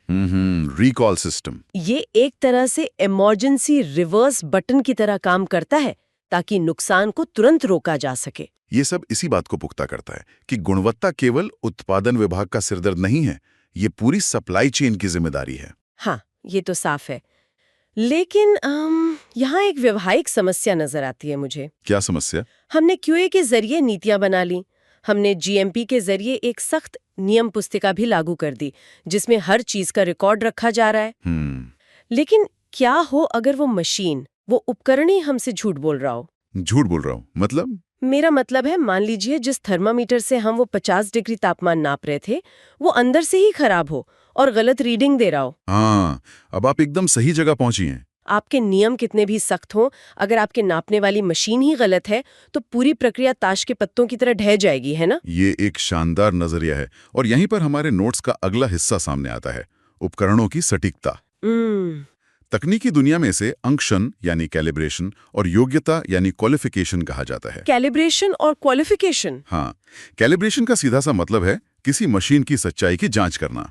इसे ऐसे समझ सकते हैं कि अगर मशीन कह रही है कि वजन 100 ग्राम है तो हमें कैसे पता कि वो सच में 100 ग्राम ही है? बिल्कुल ऐसे ही। और इसे जांचने के लिए हम एक संदर्भ मानक या रेफरेंस स्टैंडर्ड का उपयोग करते हैं। ये रेफरेंस स्टैंडर्ड क्या होता है? ये एक ऐसा बांट या वजन होता है जिसके बारे में हमें 100% यकीन है कि वो 100 ग्राम ही है। अच्छा। हम उसे मशीन पर रखते हैं। अगर मशीन 98 ग्राम दिखाती है तो इसका मतलब है कि मशीन को उसके निर्माता के विनिर्देशों के अनुसार फिर से एडजस्ट करने की आवश्यकता है। अगर मैं इसे रोजमर्रा की जिंदगी से जोड़ूं तो क्या ये किसी बड़े म्यूजिकल कॉन्सर्ट से पहले गिटार को ट्यून करने जैसा है? वाओ, ये एक बहुत अच्छी तुलना है। गिटारिस्ट मंच पर जाने से पहले क्या करता है? वो अपने तार कसता है। हाँ, वो गिटार के हर तार को एक मास्टर ट्यून या रेफरेंस मानक के साथ मिलाकर चेक करता है। वो सुनिश्चित करता है कि जब वो कोई खास कॉर्ड बजाए तो वही आवाज आए जो आनी चाहिए। और आप गिटार को सिर्फ एक बार ट्यून करके जीवन भर नहीं बजा सकते, है ना? बिल्कुल नहीं। मौसम बदलने से या बार बार बजाने से उसके तार ढीले हो जाते हैं। नोट्स में एक बात मुझे बहुत दिलचस्प लगी कि इलेक्ट्रॉनिक घटकों सहित लगभग सभी उपकरण समय के साथ खराब होते हैं। हाँ, वेयर एंड टेयर तो होता ही है। वे उम्र के साथ अपनी स्थिरता खो देते हैं। यहाँ तक कि अगर मशीन को थोड़ा रफ तरीके से हैंडल किया जाए तो वो बाहर से बिल्कुल ठीक दिखने के बावजूद अपनी कैलिब्रेशन खो सकती है। मशीन का बाहरी आवरण हमें बहुत आसानी से धोखा दे सकता है। इसीलिए निरंतर कैलिब्रेशन की जरूरत होती है। अगर आपने किसी मशीन का मेंटेनेंस किया है ना, तो उसके तुरंत बाद भी उसे कैलिब्रेट करना अनिवार्य है। अच्छा, मेंटेनेंस के बाद भी? हाँ, क्योंकि एक गलत कैलिब्रेशन की वजह से पूरा का पूरा बैच जहरीला हो सकता है या उसका असर ही खत्म हो सकता है। ये तो बहुत डरावना है। और कैलिब्रेशन के साथ एक और बहुत जरूरी कदम जुड़ा है जिसे क्वालिफिकेशन कहते हैं। तो कैलिब्रेशन और क्वालिफिकेशन में असल अंतर क्या हुआ? देखिए, कैलिब्रेशन ये सुनिश्चित करता है कि थर्मामीटर सही तापमान बता रहा है। ठीक है। लेकिन क्वालिफिकेशन एक प्रलेखित साक्ष्य है, एक डॉक्यूमेंटेड एविडेंस जो ये साबित करता है कि वो थर्मामीटर या वो पूरी मशीन जिस कारखाने में लगी है वहां लगातार सही परिणाम देने के योग्य है। अगर मैं गिटार वाले उदाहरण पर वापस लौटें तो गिटार के तारों को सही धुन पर सेट करना कैलिब्रेशन हो गया। बिल्कुल। लेकिन क्या वो गिटार 2 घंटे के लगातार हैवी मेटल कॉन्सर्ट के दबाव को झेलने के योग्य है? मतलब क्या वो बीच में टूटेगा तो नहीं? ये साबित करना क्वालिफिकेशन है। एकदम सटीक। ये साबित करना कि उपकरण अपने पूर्व निर्धारित विनिर्देशों को ठीक से स्थापित कर सकता है और सही परिणाम दे सकता है।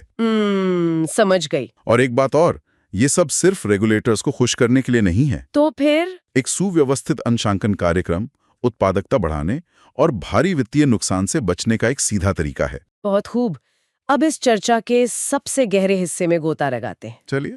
हमारे पास QA की नीतियां हैं, GMP के नियम पुस्तिका है और हमारे मशीन कैलिब्रेट होके बिल्कुल एकदम सच बोल रहे हैं। हाँ, सब सेट है। लेकिन हम ये कैसे गारंटी दे सकते हैं कि ये पूरी की पूरी व्यवस्था मिलके हर रोज लाखों गोलियां बिना किसी एक भी चूक के बनाएगी? इससे एक महत्वपूर्ण सवाल खड़ा होता है कि इस पूरी मशीनरी को एक साथ कैसे परखा जाए। बिल्कुल। और यहीं पर रिसर्च का सबसे अहम और अंतिम टुकड़ा आता है, प्रमाणीकरण, जिसे अंग्रेजी में हम वैलिडेशन कहते हैं। वैलिडेशन इस पूरी मशीनरी की आत्मा है, मैं तो ये कहूंगा।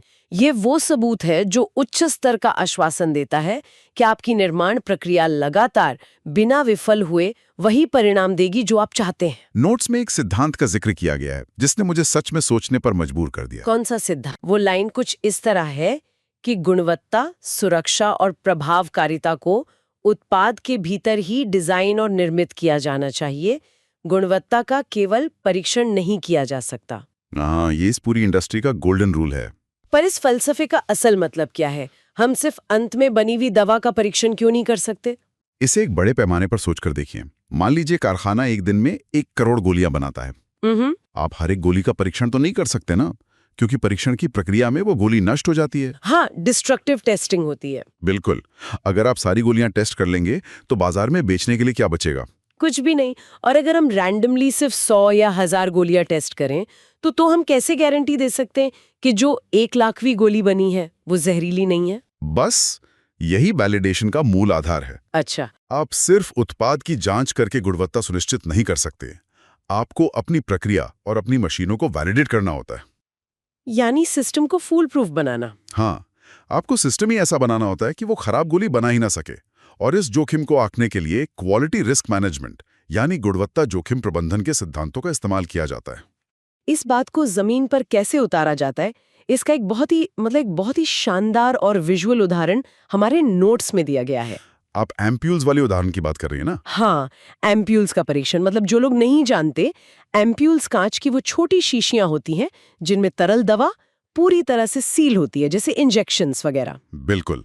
अब जाहिर है अगर कांच की सील में एक बाल के बराबर एक माइक्रोस्कोपिक दरार भी रह गई तो बाहर की हवा और कीटाणु दवा में मिल जाएंगे और वो जीवन रक्षक दवा एक पल में जहर बन जाएगी। हाँ, और करोड़ों एम्प्यूल्स में उस एक सूक्ष्म दरार को खोजना तो भूसे के ढेर में सुई खोजने से भी ज्यादा मुश्किल है। सही बात है। आप हर शीशी को माइक्रोस्कोप के नीचे रखकर तो नहीं देख सकते, इतना समय किसी के पास नहीं है। बिल्कुल।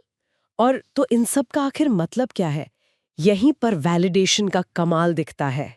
रिसर्च बताती है कि खराब सील वाले एम्प्यूल्स का पता लगाने के लिए उन सील की गई शीशियों को 1% मेथिलीन ब्लू के घोल में डुबोया जाता है। हाँ, मेथिलीन ब्लू। ये एक बेहद गहरा और तेज नीला रंग होता है। ये एक बहुत ही स्मार्ट, एक तरह का विजुअल अलार्म सिस्टम है ना? ये कितना स्मार्ट और विजुअल तरीका है।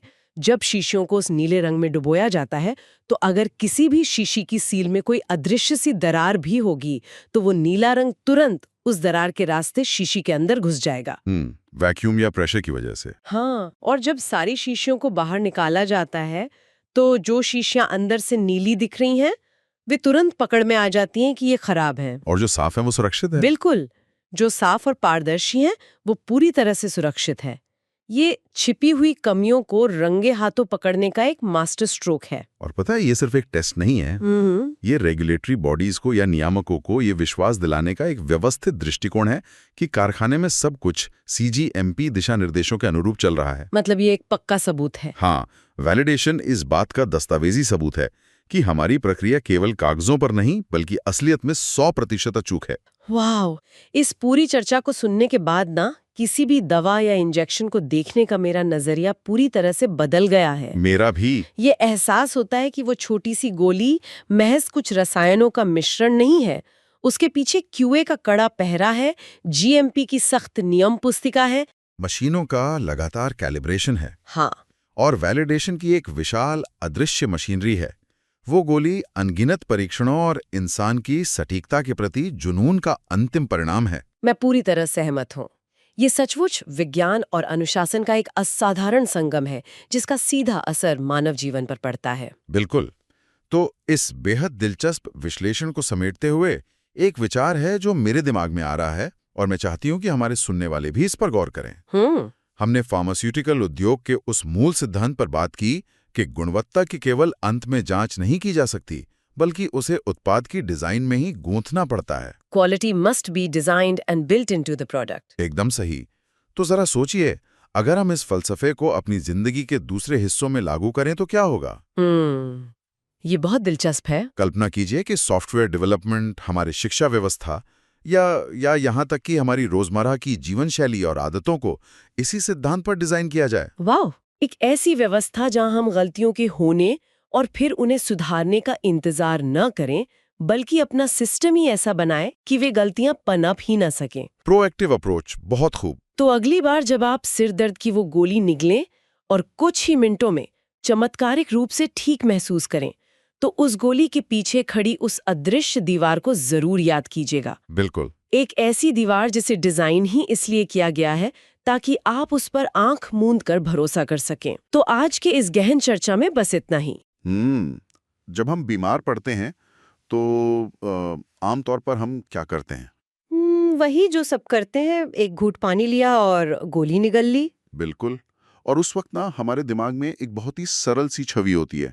मतलब हमें लगता है कि अगर सिर में दर्द है तो ये गोली बस सीधे हमारे सिर तक जाएगी और किसी जादुई बटन की तरह दर्द को बंद कर देगी। हाँ, हम मान लेते हैं कि दवा को पता है कि उसे कहाँ जाना है ना? एकदम सही, हम यही सोचते हैं।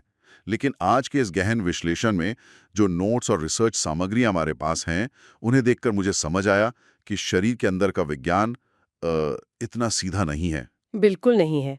असल में दवा को बिल्कुल भी नहीं पता होता है कि उसे कहाँ जाना है। अगर मैं कहूँ तो पारंपरिक गोलियां आंखों पर पट्टी बंधे हुए एक डाकिये की तरह होती हैं। अच्छा, आंखों पर पट्टी बंधे हुए डाकिये? हाँ, मतलब आप उन्हें शरीर में डाल देते हैं और वे खून के साथ पूरे शरीर में बस हर जगह भटकती रहती हैं। और यहीं से सबसे बड़ी समस्या शुरू होती है ना? क्योंकि जब दवा पूरे शरीर में बिना किसी दिशा के घूमती है तो इसका मतलब है कि वो उन अंगों तक भी पहुंच रही है जिन्हें उस दवा की मतलब बिल्कुल जरूरत ही नहीं है। एकदम 100% की बात कही आपने। और इससे भी बड़ी एक रुकावट है जिसे हम विज्ञान की भाषा में फर्स्ट पास इफेक्ट कहते हैं। फर्स्ट पास इफेक्ट, इसके बारे में मैंने काफी पढ़ा है इन स्रोतों में, और सच बताऊं तो ये मुझे किसी फिल्म के सख्त विलन जैसा लगता है। क्या हम हमारे श्रोताओं के लिए इसे थोड़ा आसान भाषा में डिकोड कर सकते हैं? हाँ, जरूर, मैं समझाती हूँ। देखिए, जब आप कोई गोली निगलते हैं तो वो आपके पेट और आंतों में जाती है। वहां से उसे खून में जाना होता है, लेकिन सीधे खून में जाने से पहले शरीर का सुरक्षा तंत्र उस दवा को लिवर के पास चेकिंग के लिए भेजता है। मतलब लिवर एक चेक पोस्ट है? बिल्कुल। लिवर हमारे शरीर का एक बहुत ही सख्त गार्ड है। उसे लगता है कि ये दवा कोई बाहरी रसायन है या कोई जहर है, इसलिए वो उस दवा के एक बहुत बड़े हिस्से को वहीं नष्ट कर देता है। अरे वाह, मतलब जिस दवा को हमने अपनी बीमारी ठीक करने के लिए खाया था, हमारा अपना ही शरीर उसे दुश्मन समझकर खत्म कर रहा है। असल में यही होता है, और इसी वजह से हमें अक्सर दवा की बहुत भारी खुराक लेनी पड़ती है। अच्छा, मतलब हाई डोज? हाँ, हाई डोज, ताकि लिवर के नष्ट करने के बाद भी थोड़ी बहुत दवा बचकर अपना असर दिखा सके। लेकिन भारी खुराक देने का अपना एक अलग ही खतरा है। क्या खतरा है? देखिए, कई दवाओं का जो चिकित्सीय सूचकांक होता है, जिसे हम थेरेप्यूटिक इंडेक्स कहते हैं, वो बहुत संकीर्ण होता है। संकीर्ण सूचकांक, इसका मतलब है कि दवा की वो मात्रा जो आपको ठीक करती है और वो मात्रा जो आपके लिए जहरीली हो सकती है, उन दोनों के बीच का अंतर बहुत ही कम होता है ना? एकदम सही पकड़े हैं। थोड़ी सी भी ज्यादा दवा नुकसान कर सकती है। तो ये तो बहुत बड़ी समस्या है। और इसी बड़ी समस्या ने ना चिकित्सा जगत को एक नई दिशा में सोचने पर मजबूर कर दिया। उन्होंने सोचा कि क्यों ना हम पेट और लिवर वाले इस रास्ते को ही पूरी तरह छोड़ दें। अच्छा, बाईपास कर दें। हाँ, क्यों ना हम दवा को एक स्पेशल कुरियर में पैक करें जो सीधे सही पते पर जाए और बाकी शरीर को कोई नुकसान ही ना पहुंचाए। तो श्रोताओं, इस तरह नींव पड़ी नोवेल ड्रग डिलीवरी सिस्टम यानी NDDS और ट्रांसडर्मल ड्रग डिलीवरी सिस्टम यानी TDDS की। और आज के इस गहन विश्लेषण में हमारा मिशन यही समझना है कि पारंपरिक खुराक के तरीकों से हटकर आज की तकनीक दवाओं को ठीक उसी जगह कैसे पहुंचाती है जहां उनकी जरूरत होती है। बिल्कुल। और ये रिसर्च सामग्रियां जो हम देख रहे हैं, ये वाकई भविष्य की तकनीक लगती हैं। लेकिन ये आज इस्तेमाल हो रही हैं। तो चलिए शरीर के अंदर की स्पेशल कुरियर सर्विस के कुछ सबसे दिलचस्प वाहनों की बात करते हैं। मुझे एक बात बताइए, अगर आपको दवा को शरीर के अंदर सुरक्षित भेजना है तो आपको उसे कवच पहनाना होगा, राइट? कवच तो चाहिए। तो क्या हम दवा को किसी धातु या प्लास्टिक के नैनो बॉक्स में बंद करें? अरे नहीं नहीं, शरीर उसे भी फौरन खारिज कर देगा। उसे तो वो और बड़ा दुश्मन समझेगा। तो फिर वैज्ञानिक क्या करते हैं? वैज्ञानिक क्या करते हैं कि वे वसा यानी फैट और पानी का एक बहुत ही सूक्ष्म बुलबुला बनाते हैं। अच्छा, बुलबुला? हाँ, इस बुलबुले की बाहरी परत उसी वसा या लिपिड से बनी होती है जिससे हमारी अपनी कोशिकाएं बनी हैं। और इस बुलबुले के अंदर जो जलीय हिस्सा है, पानी वाला हिस्सा, उसमें दवा को छिपा दिया जाता है। ओह, मैं समझ गया। क्योंकि बुलबुले की बाहरी परत हमारे शरीर की अपनी कोशिकाओं जैसी ही दिखती है, इसलिए शरीर के सुरक्षा गार्ड उसे अपना ही हिस्सा मान लेते हैं और उसे नष्ट नहीं करते। ये तो कमाल का छलावरण है। एकदम सही। ये एक तरह का कैमोफ्लाज है और विज्ञान की भाषा में फैट और पानी के इसी जादुई बुलबुले को लिपोसोम कहा जाता है। लिपोसोम? हाँ, ये दवा को रास्ते के संवेदनशील ऊतकों से बचाता है और दवा की जो प्रभावशीलता है ना, उसे कई गुना बढ़ा देता है। लेकिन मैंने रिसर्च में पढ़ा है कि ये लिपोसोम्स कभी-कभी बहुत नाजुक होते हैं और जल्दी टूट भी सकते हैं। क्या इसका कोई बेहतर वर्जन भी है हमारे पास? बिल्कुल है। विज्ञान हमेशा खुद को अपग्रेड करता रहता है। लिपोसोम्स की अस्थिरता को देखते हुए वैज्ञानिकों ने नियोसोम्स बनाए। नियोसोम्स? ये क्या होते हैं? ये गैर आयोनिक मतलब नॉन आयोनिक सरफैक्टेंट से बने होते हैं। इनका काम लिपोसोम्स जैसा ही होता है, लेकिन ये रासायनिक रूप से बहुत अधिक स्थिर होते हैं। ये इतनी आसानी से टूटते नहीं हैं। ये सब तो खून या नसों के जरिए जाने वाले कुरियर हो गए। लेकिन क्या हो अगर हमें इंजेक्शन या गोली की जगह दवा को सीधे त्वचा यानी स्किन के रास्ते अंदर भेजना हो? वो एक बहुत अलग चुनौती है। हाँ, क्योंकि त्वचा तो शरीर का सबसे मजबूत किला है। पानी या फैट के बुलबुले इतनी आसानी से इसके अंदर कैसे जा सकते हैं? बिल्कुल, ये एक बहुत बड़ी चुनौती थी। त्वचा की सबसे बाहरी परत, जिसे हम स्ट्रैटम कॉर्नियम कहते हैं, वो बहुत ज्यादा सख्त होती है।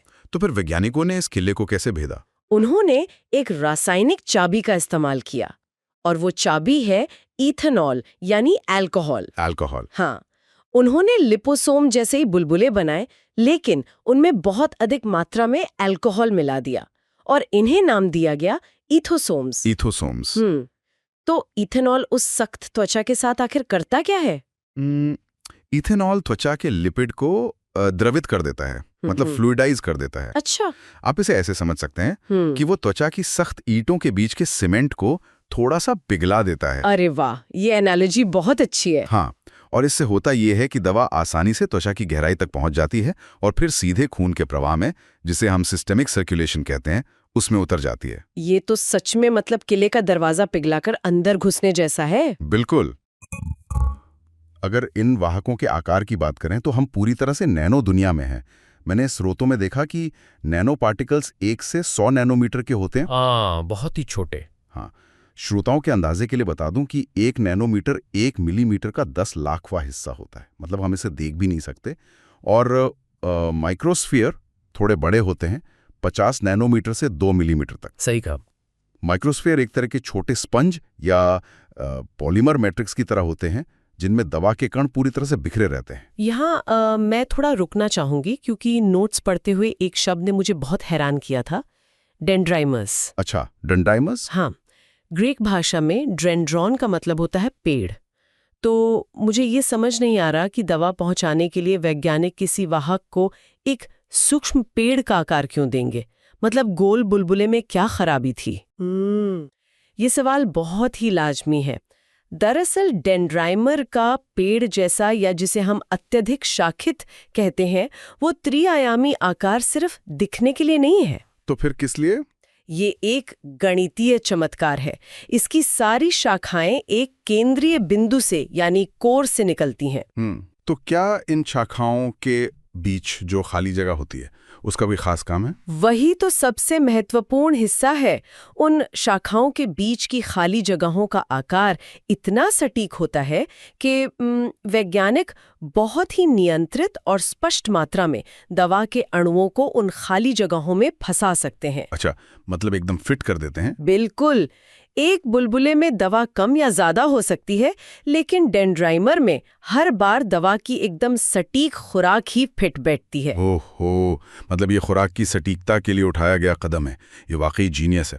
अब एक और चीज जो मुझे किसी थ्रिलर फिल्म के प्लॉट जैसी लगी वो है रीसील्ड एरिथ्रोसाइट्स। हाँ, ये मेरा पसंदीदा विषय है। मतलब लाल रक्त कोशिकाओं को हमारी अपनी आरबीसी को ही एक बैग बना देना। ये तो पूरी तरह से ट्रोजन हॉर्स तकनीक लगती है। हम अपने ही शरीर की कोशिकाओं को दवा का वाहक कैसे बना सकते हैं? मैं कहूंगी कि ये बायो इंजीनियरिंग का एक मास्टरपीस है। देखिए, अगर आप कोई कृत्रिम नैनो पार्टिकल शरीर में डालते हैं तो हमेशा ये डर रहता है कि शरीर उसे बाहर निकाल फेंकेगा। वो गार्ड वाली बात। हाँ, इसलिए वैज्ञानिक क्या करते हैं, मरीज के शरीर से ही ऑटोलॉगस कोशिकाएं यानी उसकी अपनी लाल रक्त कोशिकाएं निकालते हैं। ठीक है, खून निकाल लिया, फिर उन कोशिकाओं को एक हाइपोटोनिक मीडिया में डाल दिया जाता है। हाइपोटोनिक मतलब ऐसा तरल जिसमें कोशिकाओं के अंदर की तुलना में नमक की मात्रा कम होती है। एकदम सही। अब विज्ञान के नियम के अनुसार बाहर का पानी कोशिका के अंदर घुसने लगता है और कोशिका एक गुब्बारे की तरह फूल जाती होगी। बिल्कुल। और जब वो पूरी तरह तन जाती है ना, तो उसकी झिल्ली में बहुत ही सूक्ष्म छिद्र यानी पोर्स खुल जाते हैं। अरे वाह! और आप उन खुले हुए छिद्रों के जरिए दवा को कोशिका के अंदर भर देते हैं? हाँ, और उसके बाद का स्टेप और भी दिलचस्प है। हम उस कोशिका को वापस 37 डिग्री सेल्सियस के सामान्य आइसोटोनिक तरल में रख देते हैं। तो उससे क्या होता है? उससे कोशिका का तनाव खत्म हो जाता है और जो छिद्र खुले थे वे वापस सील हो जाते हैं। क्या बात है! मतलब हमने कोशिका को फुलाकर उसकी चेन खोली, अंदर दवा भरी और चेन वापस बंद कर दी। बिल्कुल ऐसा ही है। और क्योंकि वो शरीर की अपनी ही कोशिका है, इसलिए जब उसे वापस खून में डाला जाता है तो शरीर के सुरक्षा गार्ड उसे चुपचाप जाने देते हैं। हाँ, उन्हें लगता है कि ये तो अपनी ही आरबीसी है।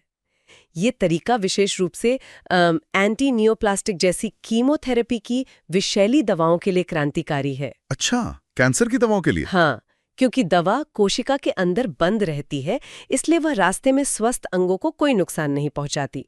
शरीर विषैले प्रभाव से बच जाता है। कमाल है, सच में दिमाग सुन कर देने वाला विज्ञान है ये। खैर, अब तक हमने सिर्फ उन सूक्ष्म कुरियर की बात की जो खून में तैरते हैं, लेकिन हमारी रिसर्च में एक और दिलचस्प अप्रोच है। उपकरणों वाली अप्रोच। हाँ, कुछ तकनीकें छोटे उपकरणों के रूप में काम करती हैं जो शरीर में फिट हो जाते हैं। अगर मैं खेती का उदाहरण दूं तो ये पौधों में ड्रिप इरिगेशन प्रणाली जैसा है। अरे वाह, ये तुलना बहुत ही सटीक बैठती है। हाँ, क्योंकि अगर आप एक पौधे में बाल्टी भर पानी एक साथ उड़ेल दें तो आधा पानी बह जाएगा और पौधे को नुकसान भी हो सकता है। पारंपरिक गोलियां तो यही करती हैं, एकदम से खून में दवा का स्तर बढ़ा देती हैं। बिल्कुल। लेकिन ड्रिप इरिगेशन धीरे धीरे लगातार बूंद बूंद करके पानी देता है। ये जो उपकरण हैं, ये भी शरीर में ठीक ऐसा ही करते हैं, है ना? एकदम सही। और इसका सबसे बेहतरीन उदाहरण ऑक्यूसर्ट है। ऑक्यूसर्ट, ये आंखों के लिए होता है ना? हाँ, जो आंखों की बीमारियों के लिए इस्तेमाल होता है। आप जानते ही हैं कि जब हम आंखों में ड्रॉप डालते हैं तो क्या होता है, पलक झपकते ही ज्यादातर दवा आंसुओं के साथ बह जाती है। दवा बर्बाद हो जाती है। तो ऑक्यूसेट इसमें क्या करता है? ये आंख में फिट होने वाला कोई छोटा उपकरण है? हाँ, ये एक बहुत ही पतला और छोटा उपकरण है जिसे आंख के अंदर रख दिया जाता है। और ये जीरो ऑर्डर काइनेटिक्स यानी शून्य क्रम निरंतर गति के सिद्धांत पर काम करता है। शून्य क्रम, इसका मतलब है कि दवा के निकलने की गति हमेशा एक समान रहती है। मतलब उपकरण के अंदर दवा कम हो जाने पर भी उसकी रिलीज स्पीड धीमी नहीं पड़ती। बिल्कुल सही। उदाहरण के लिए पाइलोकार्पिन जैसी दवाएं जो ग्लूकोमा में दी जाती हैं, उन्हें ऑक्यूसेट के जरिए देने से दवा की बर्बादी नहीं होती। मतलब बायो अवेलेबिलिटी सुधर जाती है। हाँ, और शरीर को साइड इफेक्ट्स भी कम झेलने पड़ते हैं। इसी तरह शरीर के अन्य हिस्सों के लिए ऑस्मोटिक पंप होते हैं जो ऑस्मोसिस के दबाव से दवा छोड़ते हैं। और इम्प्लांट्स भी तो होते हैं। हाँ, इम्प्लांट्स जिन्हें शरीर में प्रत्यारोपित कर दिया जाता है त्वचा के नीचे, और वे महीनों तक दवा देते रहते हैं। एक तरह का रिजर्वॉयर बन जाते हैं। लेकिन इम्प्लांट्स के लिए तो छोटी सी सर्जरी करनी पड़ती है। क्या कोई ऐसा तरीका है जहां सर्जरी न करनी पड़े, हम बस त्वचा पर एक स्टिकर या पैच लगा लें और काम हो जाए? और यही एंट्री होती है ट्रांसडर्मल ड्रग डिलीवरी सिस्टम यानी TDDS की, जिसे हम आसान भाषा में मेडिकल पैच कहते हैं। यही ये विषय और भी ज्यादा दिलचस्प हो जाता है। मैंने स्रोत सामग्री में इन पैच की बनावट का चित्र देखा। तो क्या लगा आपको देखकर? सच बताऊं, मुझे लगा था कि ये बस एक साधारण बैंडेड जैसा होगा जिस पर दवा लगी होगी, लेकिन अरे बाप रे, ये तो किसी माइक्रोस्कोपिक सैंडविच जैसा दिखता है। इसमें इतनी सारी परतें क्यों हैं? क्योंकि त्वचा से होते हुए खून तक दवा पहुंचाना कोई आसान काम नहीं है। इसे बहुत ज्यादा नियंत्रित करना पड़ता है। तो ये परतें क्या काम करती हैं? अगर आप मुख्य रूप से रिजर्वायर सिस्टम को देखें तो सबसे ऊपर एक बैकिंग परत होती है। यह सिस्टम को स्थिर रखती है और दवा को हवा में उड़ने या बाहर रिसने से रोकती है। ठीक है, और उसके नीचे? उसके ठीक नीचे ड्रग रिजर्वायर होता है, यानी वो जगह जहां असल दवा का भंडार है। और उसके नीचे वाली परत मुझे सबसे दिलचस्प लगी थी, रेट कंट्रोलिंग मेम्ब्रेन। ये एक तरह से ट्रैफिक पुलिस का काम कर रही है ना? एकदम सही एनालॉजी है। ये मेम्ब्रेन तय करती है कि दवा त्वचा में किस गति से जाएगी। अगर ये ट्रैफिक पुलिस न हो तो क्या होगा? अगर ये ना हो तो सारी दवा एक साथ त्वचा में चली जाएगी, जो कि बहुत खतरनाक हो सकता है। अच्छा, तो ये बहुत जरूरी है।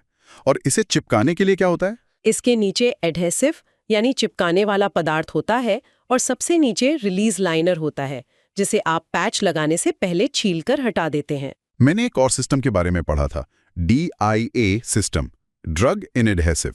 ये थोड़ा ज्यादा स्लीक और सरल लगता है। हाँ, इसमें कोई रेट कंट्रोलिंग मेम्ब्रेन नहीं होती। दवा को सीधे चिपकाने वाले गोंद यानी एडहेसिव में ही मिला दिया जाता है। स्लीक तो है, लेकिन क्या हम किसी भी दवा को इस पैच में डाल सकते हैं? बिल्कुल नहीं। इन पैच के नियम बहुत सख्त होते हैं। सक्रिय सामग्री, जिसे हम API कहते हैं, उसके लिए जरूरी है कि दवा का गलनांक मतलब मेल्टिंग पॉइंट कम हो। और कोई शर्त? और सबसे बड़ी बात, उसका आणविक भार मॉलिक्यूलर वेट 1000 डाल्टन से कम होना चाहिए। भारी और बड़े अणु त्वचा की परतों को पार ही नहीं कर सकते। तो अगर कोई दवा थोड़ी सी भारी है या त्वचा उसे अंदर जाने नहीं दे रही है, तो हम क्या करते हैं? क्या हम बस हार मान लेते हैं? विज्ञान कभी हार नहीं मानता। ऐसी स्थिति में हम परमिएशन इन्हांसर्स का इस्तेमाल करते हैं। परमिएशन एनहांसर्स, ये क्या भला है? ये फैटी एसिड या सरफैक्टेंट जैसे पदार्थ होते हैं जिन्हें दमा के साथ पैच में मिलाया जाता है। ये त्वचा के लिपिड के साथ प्रतिक्रिया करते हैं और त्वचा की पारगम्यता को थोड़ी देर के लिए बढ़ा देते हैं। अच्छा, मतलब त्वचा के रास्ते को थोड़ा खोल देते हैं ताकि दवा आसानी से अंदर जा सके। बिल्कुल। ये सब सुनकर ऐसा लगता है जैसे एक छोटे से पैच के अंदर पूरी एक केमिकल फैक्ट्री चल रही हो। लेकिन मुझे रिसर्च पढ़ते हुए एक जगह बहुत हंसी आई। अच्छा, किस बात पर? एक तरफ तो हम डाल्टन लिपिड बाइलेयर और शून्य क्रम काइनेटिक्स जैसे भारी भरकम शब्दों की बात कर रहे हैं, और दूसरी तरफ इन पैच को टेस्ट करने के जो तरीके हैं, उनके नाम देखिए। हार्ट टेस्टिंग के नाम? थंब टैग टेस्ट और रोलिंग बॉल टैग टेस्ट। ऐसा लगता है जैसे बच्चे स्कूल में कोई आर्ट एंड क्राफ्ट का प्रोजेक्ट कर रहे हो। हाँ, मैं समझ सकती हूँ। नाम भले ही सरल और रोजमर्रा की जिंदगी वाले लगें, लेकिन इनके पीछे की भौतिकी बहुत सख्त है। इंसानों पर इस्तेमाल करने से पहले इन पैचेस की बहुत कठोर जांच होती है। तो ये टेस्ट कैसे होते हैं? पहले इन विट्रो मूल्यांकन होता है, जहां इंसान की कडेवर त्वचा या इंसान की मानक त्वचा न मिलने पर जानवरों की त्वचा पर दवा के आर पार जाने को मापा जाता है। और उसके बाद फिर इन वीवो टेस्ट होते हैं, जिनमें समय और संसाधनों की बचत के लिए चूहे, गिनी पिग या खरगोश जैसे जानवरों का इस्तेमाल होता है। और वो मजेदार नाम वाले टेस्ट, वो किस लिए हैं? वो टेस्ट विशेष रूप से चिपकाने वाले पदार्थ यानी एडेसिव्स को परखने के लिए होते हैं। सोचिए, आपने करोड़ों रुपए खर्च करके एक बेहतरीन पैच बनाया, लेकिन मरीज ने उसे लगाया और वो पसीने से ही गिर गया। ओहो, वो तो बहुत बड़ा फेलियर होगा। बिल्कुल। इसलिए टैग टेस्ट किया जाता है, जो यह मापता है कि बिना ज्यादा दबाव डाले पैच सतह से कितनी जल्दी चिपकता है। तो थंब टैग में क्या करते हैं? थंब टैग में अंगूठे का दबाव देखते हैं और रोलिंग बॉल टैग्स टेस्ट में देखते हैं कि गोंद वाली सतह पर लुढ़कती हुई गेंद कितनी दूर जाकर रुकती है। इसके अलावा मैंने एक पील एडहेजन टेस्ट के बारे में भी पढ़ा। ये तो शायद इसलिए है कि जब मरीज पैच को उतारे तो उसकी त्वचा ही ना छिल जाए। आपने बिल्कुल सही समझा। पैच को सुरक्षित रूप से मजबूती से चिपकना भी है और हटाने के लिए आवश्यक बल भी सही होना चाहिए ताकि दर्द ना हो। और एक शेयर स्ट्रेंथ भी था ना? हाँ, शेयर स्ट्रेंथ भी मापी जाती है। अगर मरीज ने पैच लगाया है और उसके कपड़े पैच से रगड़ खा रहे हैं तो पैच को खिसकना नहीं चाहिए। इसे कैसे परखते हैं? इसे एक स्टेनलेस स्टील प्लेट के समानांतर खींचकर ताकत मापी जाती है। तो इन सारी बारीक जानकारियों, नैनो पार्टिकल्स और पैच की संरचना को समझने के बाद अगर हम एक कदम पीछे हटकर बड़ी तस्वीर को देखें, मतलब श्रोताओं के लिए इस पूरी चर्चा का निष्कर्ष क्या है? हम ये सब क्यों कर रहे हैं? इसका असल मतलब क्या है?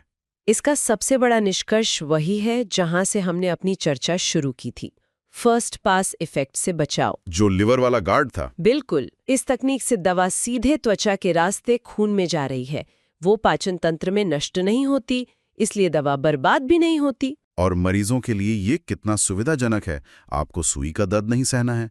ये पूरी तरह से गैर आक्रामक यानी नॉन इन्वेजिव तरीका है। हाँ, और सबसे बड़ी बात, दवा खाली पेट खानी है या खाने के बाद, ये झंझट ही खत्म, क्योंकि इसमें गैस्ट्रिक पारगमन समय का कोई लेना देना ही नहीं है। सुरक्षा के नजरिए से भी ये बेजोड़ है ना? एकदम। जिन दवाओं का चिकित्सीय सूचकांक संकीर्ण होता है, जिन्हें पारंपरिक गोली के रूप में देने में खतरा था, उन्हें पैच या ऑक्यूसर्ड जैसे नियंत्रित सिस्टम से बहुत ही स्थिर और सुरक्षित दर से दिया जा सकता है। और मरीज खुद इसे आसानी से लगा सकते हैं, सेल्फ एडमिनिस्ट्रेशन कर सकते हैं। एक बार लगाने पर कई दिनों तक असर रहता है। सही कहा। तो आज हमने देखा कि कैसे चिकित्सा विज्ञान आंखों पर पट्टी बंधे हुए डाकिये से आगे बढ़कर एक स्पेशल कुरियर में बदल गया है। चाहे वो कोशिकाओं को ट्रोजन हॉर्स बनाना हो या त्वचा को पार करने के लिए अल्कोहल की चाबी का इस्तेमाल करना हो, यह सब हमारे जीवन को आसान बनाने के लिए है। लेकिन इस चर्चा को समाप्त करने से पहले मैं एक ऐसा विचार सामने रखना चाहूंगी जो थोड़ा साइंस फिक्शन जैसा लग सकता है। अरे वाह, मैं सुनने के लिए बहुत उत्सुक हूँ, बताइए। आज हम इन डेंड्राइमर्स और नैनो पार्टिकल्स को पैच के जरिए शरीर में भेज रहे हैं, लेकिन क्या भविष्य में ऐसा हो सकता है कि ये सूक्ष्म तकनीकें हमारे पहने हुए कपड़ों के धागों में ही बुन दी जाएं? कपड़ों में? हाँ, सोचिए, आपके कपड़े, आपकी शर्ट या मोजे आपकी त्वचा के संपर्क में है। क्या वो स्मार्ट कपड़े हमारी बीमारी का पता लगने से पहले ही हमारी त्वचा के जरिए दवा की सूक्ष्म खुराक हमारे अंदर पहुंचा सकते हैं? ओह, मतलब हमें पता ही ना चले और हमारा शरीर लगातार खुद को ठीक कर रहा हो। बिल्कुल। क्या भविष्य ऐसा हो सकता है? स्मार्ट कपड़े जो आपके बीमार पड़ने से पहले ही आपका इलाज कर दें। ये तो सच में मतलब दिमाग को झकझोर देने वाला विचार है ना? बिल्कुल। एक साधारण गोली निगलने से शुरू हुआ ये सफर भविष्य के इन स्मार्ट कपड़ों तक कैसे पहुंचेगा, ये देखना बेहद रोमांचक होगा। हम इसी विचारोत्तेजक सवाल के साथ आप सभी को छोड़ते हैं। खुद इस पर विचार कीजिए और इस अद्भुत विज्ञान के बारे में अपनी खोजबीन जारी रखिए। आज के इस गहन विश्लेषण में हमारे साथ जुड़ने के लिए बहुत बहुत धन्यवाद।